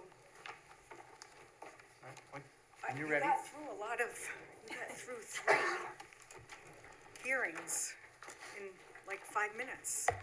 Okay. Why don't you state your name? Maria Rotundo with Light Bright Signs. And you were here before, right? Yes, last month. You're still under oath, and I think the last time we asked you to produce something that would satisfy the statute to compare. Yes, Okay, and were you able to do that? yes, I submitted to Sonia, but I also submitted a letter. Is the landlord on Zoom? If you, Let's see, no one's left on Zoom. Was he here I when don't- you? No idea. who would the landlord? Yeah, what was it, identify? what would the name be? If there was a John Morrow or some. John similar- Morrow was the Oh, right, he representative was, from right. the other, AARC. yeah, I don't think there's been anybody, So when you called, my application, no one responded. he wasn't on Zoom? Correct. Oh, okay. Because Yeah. he wanted to speak about the application, because Marshall's, so after a lot of consideration with, Five Below and SEMA, which hired us, because we're a subcontractor, they really want the board to consider the 44-inch letter set. They submitted a letter. Did the board read the letter? Because I can read it.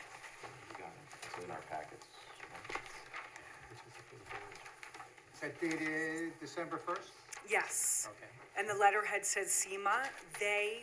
Five Below is their client, and I'm a subcontractor for SEMA.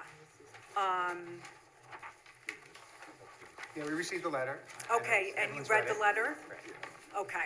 So they really want the board to consider the 44-inch letters for various reasons. The first is that Marshall's has a 48-inch letter, and they feel that their business, like the space that they occupy in the mall, is equivalent to Marshall's. So they feel that they should have that consideration, and it is 4 inches smaller than the Marshall's letter. The site doesn't have a pylon for branding by the road. They are over 400 feet away from the road with buildings blocking the site. So, I mean, you read all that, right, in the letter? Excuse me. You do have a pylon. Your name is on it. Oh. They do? Yes? Yes, they were granted a permit for both pylon inserts. I wonder if I missed that. All right, I believe you. Let me ask you this. What do you think the main purpose of the sign is To bring customers in. from Route 9? Yeah, from the road, from within the parking lot. Have you utilized any of the stores in that parking lot?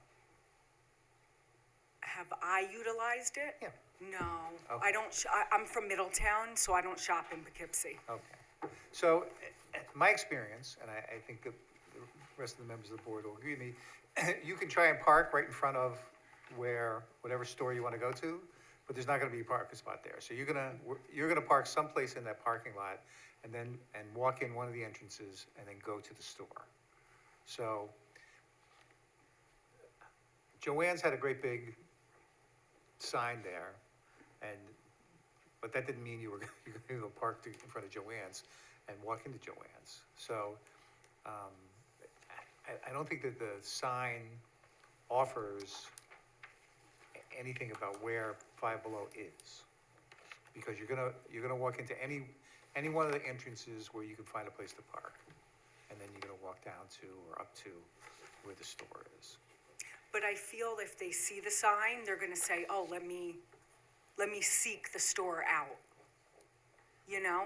And in a world where everybody shops on Amazon, it's even more important to have a sign that people can read. And the fascia is large, and the footprint of the store is large. So we don't think it's a substantial ask, but, you know, brick and mortar stores, we want to keep them alive, you know?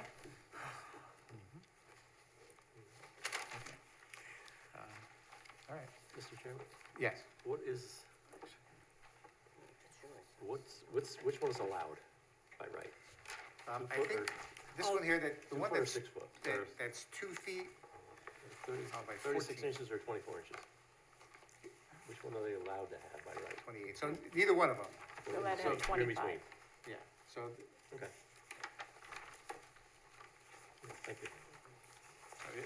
you didn't produce one that would have been allowed by right, but the one that's. We did, on the first meeting, and it was tiny. Well, It's not in the packet, it was in last month's packet. yes. Yeah, it was in last month's packet. This one. Yeah. These are backlit, this is a backlit sign? No, it's eternally, Internal? yeah. And then also Five Below, paints the fascia blue typically. And their letters are white.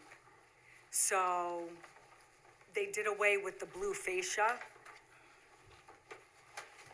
And they said that was, you know, just to be in line with the town of Poughkeepsie's, look, so. May I ask a question? So we have a copy of what the town allows and what Five Below is asking for, but we don't have anything in between. Yeah, You there's do. this one here. Which one is that? You have a 2-foot letter and a 3-foot letter.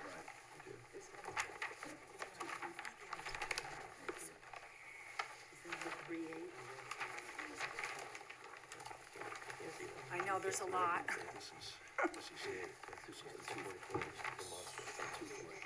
2-foot letter. And then there's another one, 3 foot.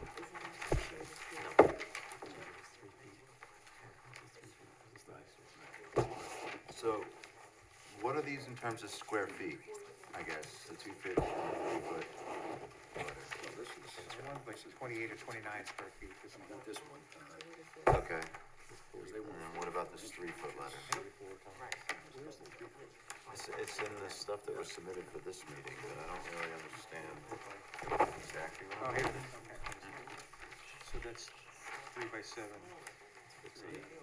So it's 60, 60 something? 63, 65, something like that. Yeah. That's not bad. They did. Yeah, the 3-foot letter is 63.6. 63.6? So if you round up, 64. Yeah.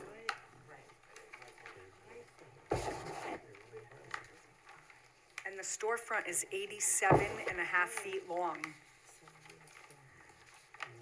Chrissy, so the one that's 2 feet is what's allowed?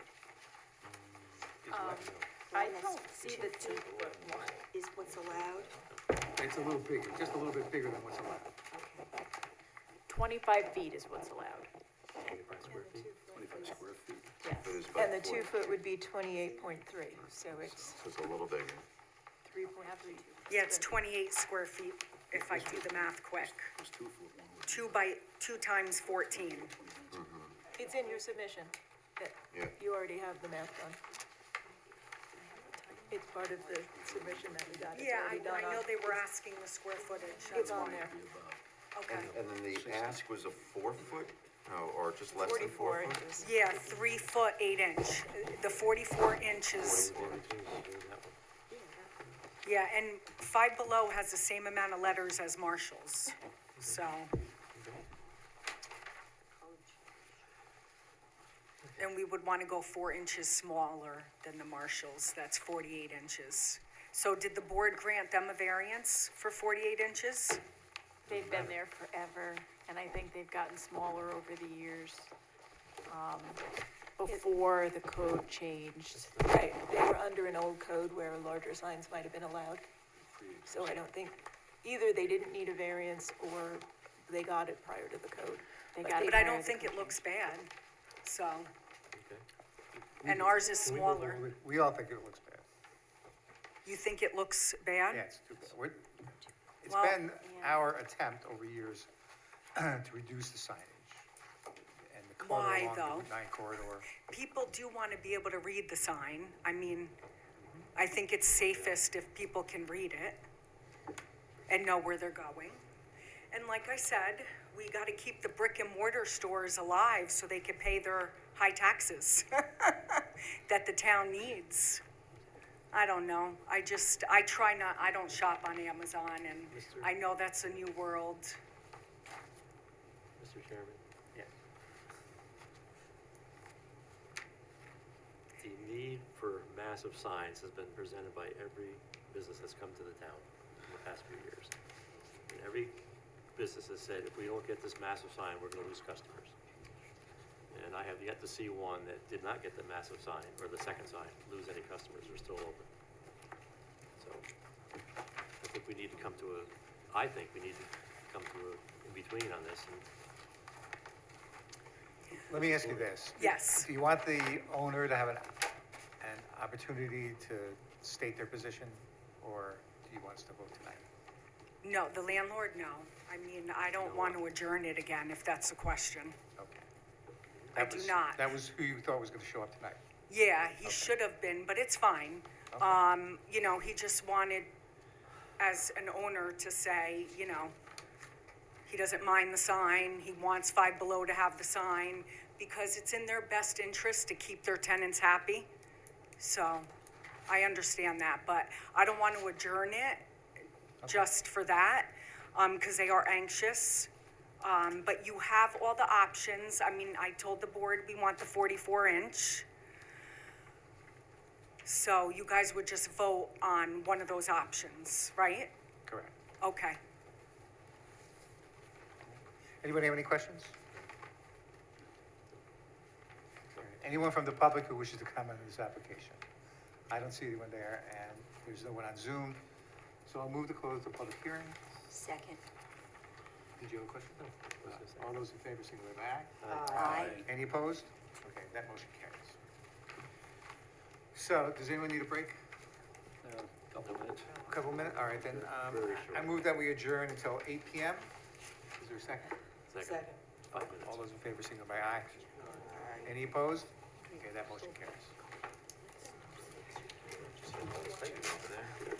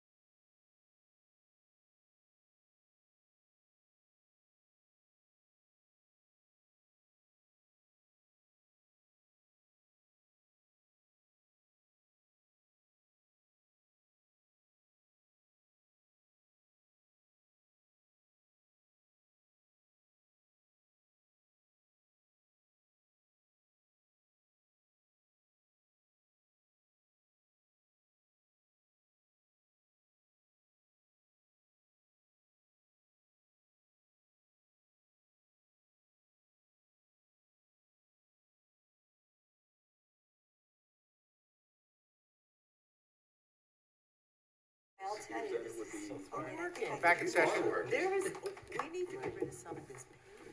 You're telling me. All right, let's do, Oh, we have the, you have the mic on? Oh. No, I did. 63.7. item number 6, 150 College Avenue. We are back in session.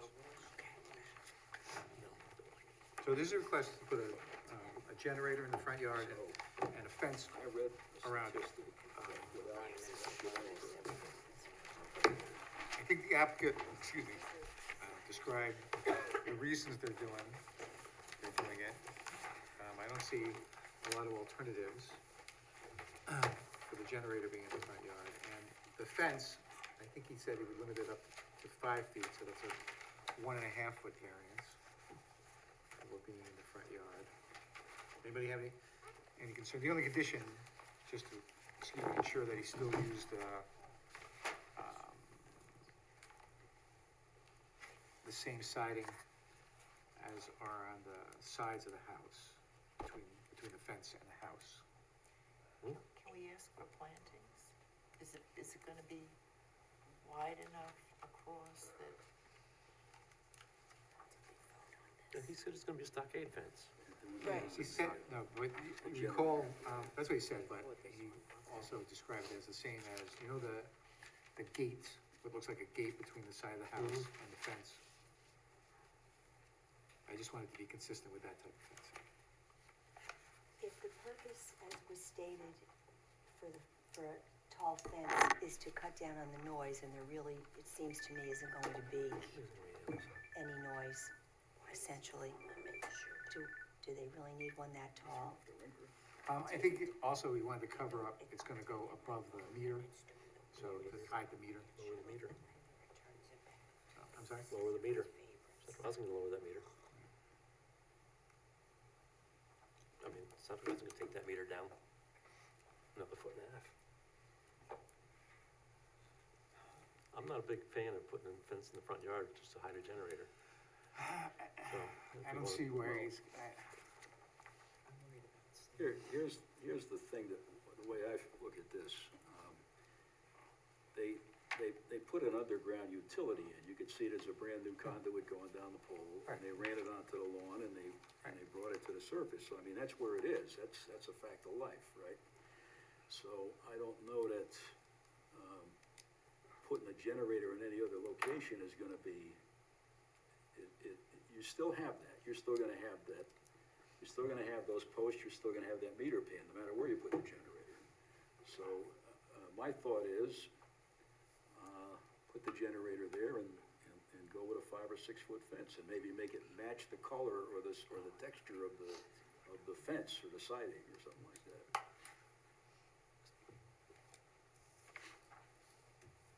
Mr. Chairman? Oh, I can't ask him, never mind. I can't ask him a question. we could reopen, I've got a question as to where the power panel is, where the breaker panel is in the house, he said it was on that corner of the house. as I recall. inside on that corner. So if He also said, there was some prohibition about putting it near the house. The new fire code. on the side of the house, but not the back of the house. But wasn't there a comment on the code that it now requires some space between the house and the generator? It's still good if it was in the back of the house, what's the difference, back, side, front? But there was also testimony Oh, my- that if you put the generator in the back of the house, you would have difficulty with the propane distance. Only, no, his question was the distance to the, power, as I understood it, big, first concern was the distance from the back of the house to the meter. But if you go from the back of the house to the panel, you're essentially doing the same thing. You don't have to go to the meter, right? Because the meter's feeding the panel. Well, yeah, I mean, excuse me. technically, you're correct, you don't have to go to exactly I know where the that. meter is. Yeah. But I believe I was talking. Yeah, I mean, you basically need. Forget it. You transfer explain it switch. then. You go ahead and explain it. You what? No, I mean, basically, what you're saying is the generator doesn't have to be located next to the meter pan, right? If you Correct. wanted it to be in a different place. Right. Which is probably true. Right. But you're still gonna be left with those two posts and the meter pan. That's. Okay, no, I'm just saying. That's not part of this discussion. Yeah, no, I understand that. I understand that. If they go from the back of the house to the power panel, right? Generators in the back of the house, the propane tank is in the back of the house, it's solved. You don't need a variance. We have authorized other generators in the front yard when it's a corner lot. But this is not a We corner have lot. done it on corner lots, yeah. Now, the other thing is, those houses are not that far apart. So aren't you gonna get more noise if you put it between the I houses didn't say than if you between, I said in the back of the house. went back, way in back of the house? Okay, I got you. But they also said that it's not that noisy when it runs. And, I mean, I know I have a neighbor as a Generac and I never hear this. So, I don't know. That was my opinion. Well, let's take a straw vote then. How many people would grant the variance for the generator in the front yard with a fence? Well, we've approved it. And we did. We have approved front yard generators before. I'm okay with the generator in the front, I just don't think they need a 5-foot fence. And I know it's meant to cover everything, but I just think it's gonna draw a lot more attention where they could just get even a 4-foot. So you see a little bit of the meter sticking up, or as Art suggested, maybe they could just lower the post a little bit and then that's, All right, well then, how many people would grant the variance for the generator in the front, but limit them to the 3.5-foot size fence that they're entitled to? Well, and the point of the fence, unless I missed something, is to make it look aesthetically pleasing, right? And the materials they're gonna use are beautiful, in my opinion. But, so, maybe they could figure out a way to get by with a smaller fence and put some plantings around it. Then it would look a little more finished, perhaps. I think that if we don't grant the variance for the fence, we can't put any conditions, well, I suppose we could put conditions on the generator. Right. Right. I mean, that's what it comes down to, right? If you don't grant the variance, then you got no say on the generator anyway. No, well, we can grant the generator, but not the fence, Yep. and then still ask them to do some landscaping for the generator. Well, I guess that's another option, okay, sure. But we did just grant, a variance for somebody who had a generator, unless I'm misremembering, off to one side of their house. Yeah, that was it was a corner lot, Okay, all right, and we did require them to put a fence around it. yeah, okay. I don't recall how high that fence was, though.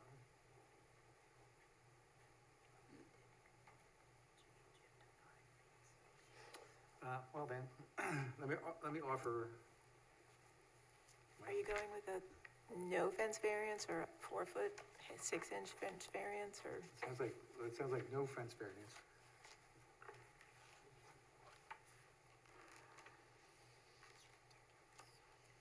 unless everybody, I mean, I think, I just don't think 5. I think 3.5, which is allowed, or even possibly 4, but I think 5 is just too obtrusive. People good with a 4-foot fence, a half a foot variance? It's okay with me, I mean, I could live with a 4-foot fence. I would go for that, You okay? yeah. And then some plantings too. Yeah.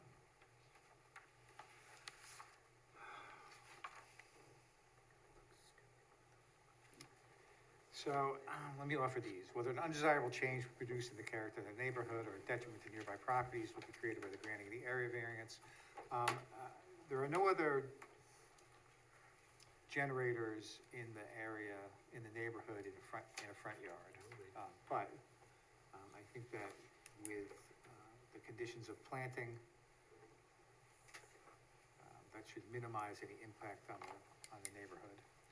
and whether the benefits sought by the applicant can be achieved by some method feasible for the applicant to pursue other than area variance, based upon the testimony of the applicant about where he can place the generator and the lot size and the lack of side yard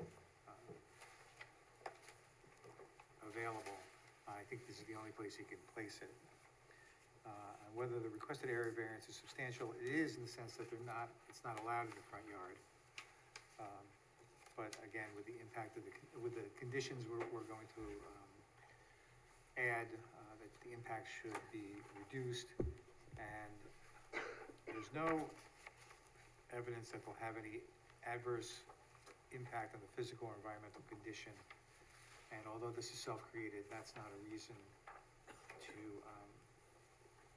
deny the variance. So I would offer those findings. Christine, you mind making a motion? Okay.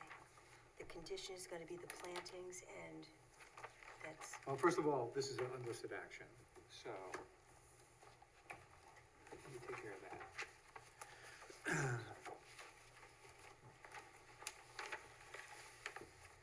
Do you have, I didn't have to prepare one, actually. I didn't realize it was an unlisted action. Is it an unlisted action? I didn't look at it because it's not commercial, so. Right, well, it's not what's a type 2 is setback and area variances. And I don't think fence heights, well, I don't think it's a type, I don't think they're type 2, listed under type 2. please stand by.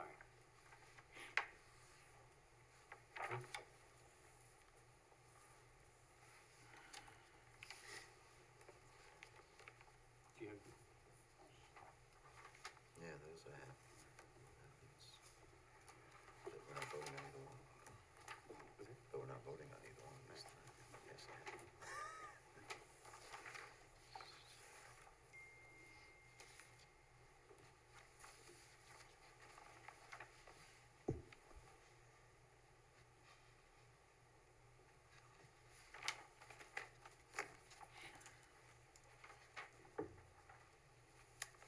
Is this I'm sorry, I didn't realize that, this is a single-family residence, right?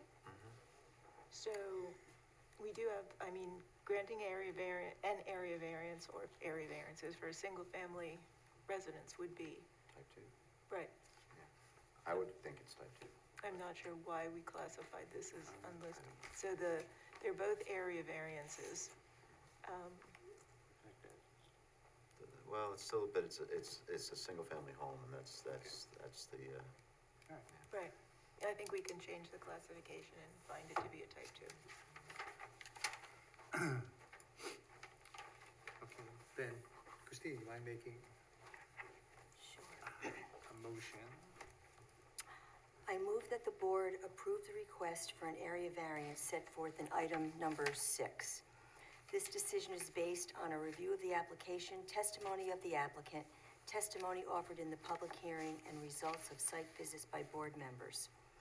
In approving this variance, the board adopts the findings as set forth by the chair Wait, for a you're only- 4-foot fence in the same material as the house, or the fence that's... As the gate, As the gate. as the It's- side gate. Okay, it's the same material as the side gate, and also with the condition of plantings around the generator.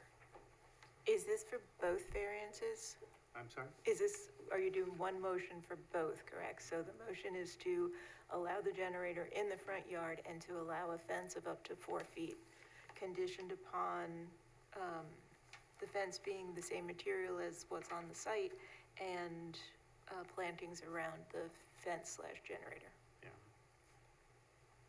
Is that accurate? So move. Second. Any discussion? All those in favor signify by aye. Aye.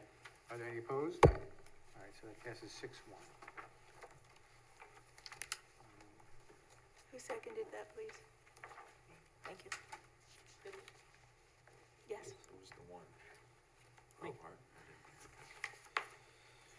And, okay, so that brings us to item number 7.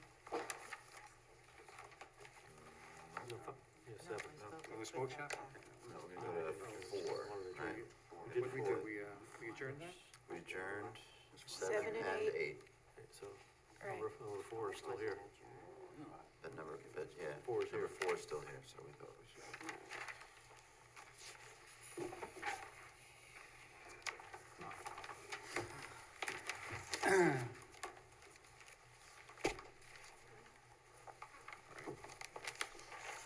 So, number 4.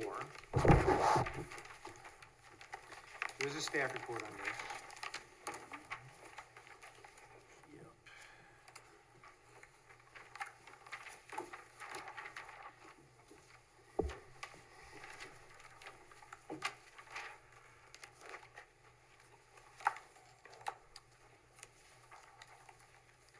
So, in addition to all the reminders that we should grant the minimum necessary, does this support or?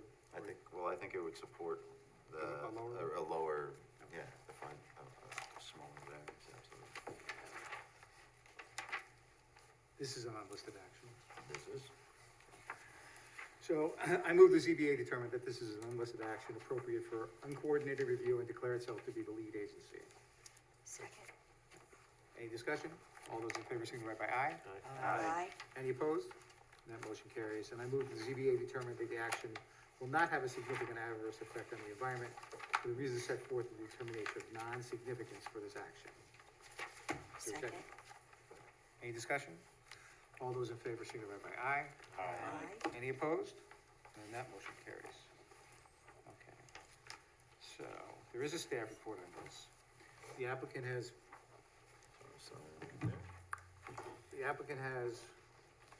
produced a couple different renderings. But there's a 2-foot one, a 3-foot one, and then the 40-some inch one that they requested. I'm actually okay with the 2-foot one, but I understand there may be some interest in the 3-foot one. I would consider the 3-foot one, but You're okay with the 3-foot one? kind of a happy medium. I don't know. All right, so that was 64 square feet, so that's 39, a variance of 39 square feet? It's not It's- an even 64? 63.6 according to the applicant's submission. It's what? 63.6. Square feet.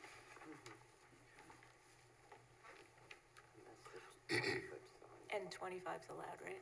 Yep. So Although I got 38.6, 63.79.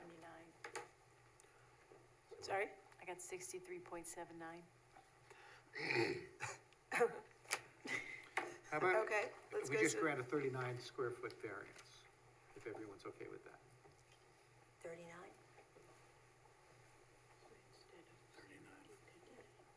For 39 to be 25, okay. 38.7.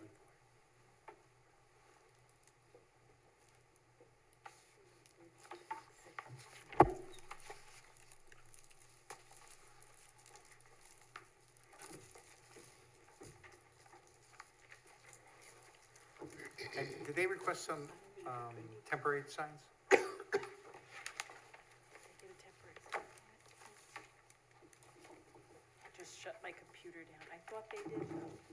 I think they did. Yeah, they got their permit for the pylon signs, and I think they got a temporary sign Okay, permit. do you remember how big they were? I could look for you. Do you think they're bigger than what we're granting? Probably, because that's what, they're allowed to Okay. do that, yep. All right. So do you want to do 39, or do you want to do 38.7? 38.79 would be, if Chrissy's math is right. 38.6 would be, Yeah, just 64 square feet, right? Just grant 39? Yeah. All right, mind doing this? Well, does anybody have any problems with that? So the staff report was a bit equivocal on certain items as to giving the board leeway to go one way or the other, so I think you might actually have to make some findings. Okay.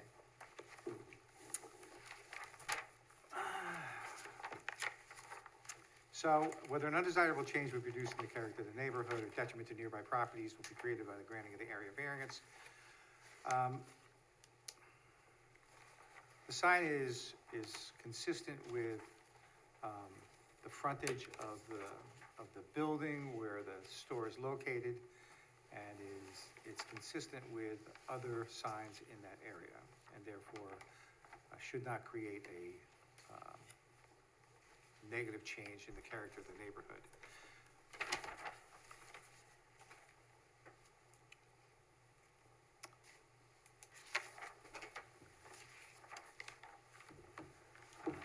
Whether the benefit can be achieved by some method feasible other than the area variance, I think the staff agrees that based upon the size of the facade and the distance from Route 9, that what's allowed in the code would be insufficient to satisfy the applicant's desires here.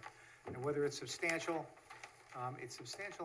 numerically, but I think its impact is minimal. And there's no evidence it'll have an adverse effect or impact on the physical or environmental conditions. And while this is self-created, it's not a reason to deny the variance in this case. So, Art? So we're doing the 39 square foot variance, right? 39 square feet. I move that the board approve the request for an area variance set forth in item number 4. Variance would be 39 square foot variance. This decision is based on a review of the application, testimony of the applicant, testimony offered in the public hearing, results of site visits by board members. In approving this variance, the board adopts the findings as set forth by the chair. Second. All right, any discussion? All those in favor, signify by aye. Aye. Are there any opposed? All right, and that motion carries. That brings us to item number 5, 5 Treadwell Circle. This was a deck and stairs that are 15 feet from the side lot line that are already built. Anybody have a concern with this one? Really? All right, then let me offer these findings. Whether an undesirable change will produce in the character of the neighborhood. While this increases the impact on the side lot line, there's a vegetation and a fence line along there which kind of minimizes the impact and is consistent with the character of the neighborhood.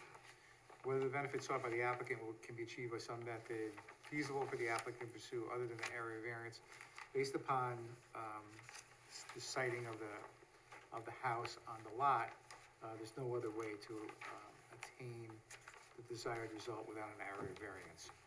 And whether it's substantial, mathematically it is, but based upon the vegetation along the fence line, its impact is minimized, and there's no evidence that will have any adverse effect or impact on the physical or environmental conditions. And although this is self-created, that's not a reason to deny the variance, and I offer those findings.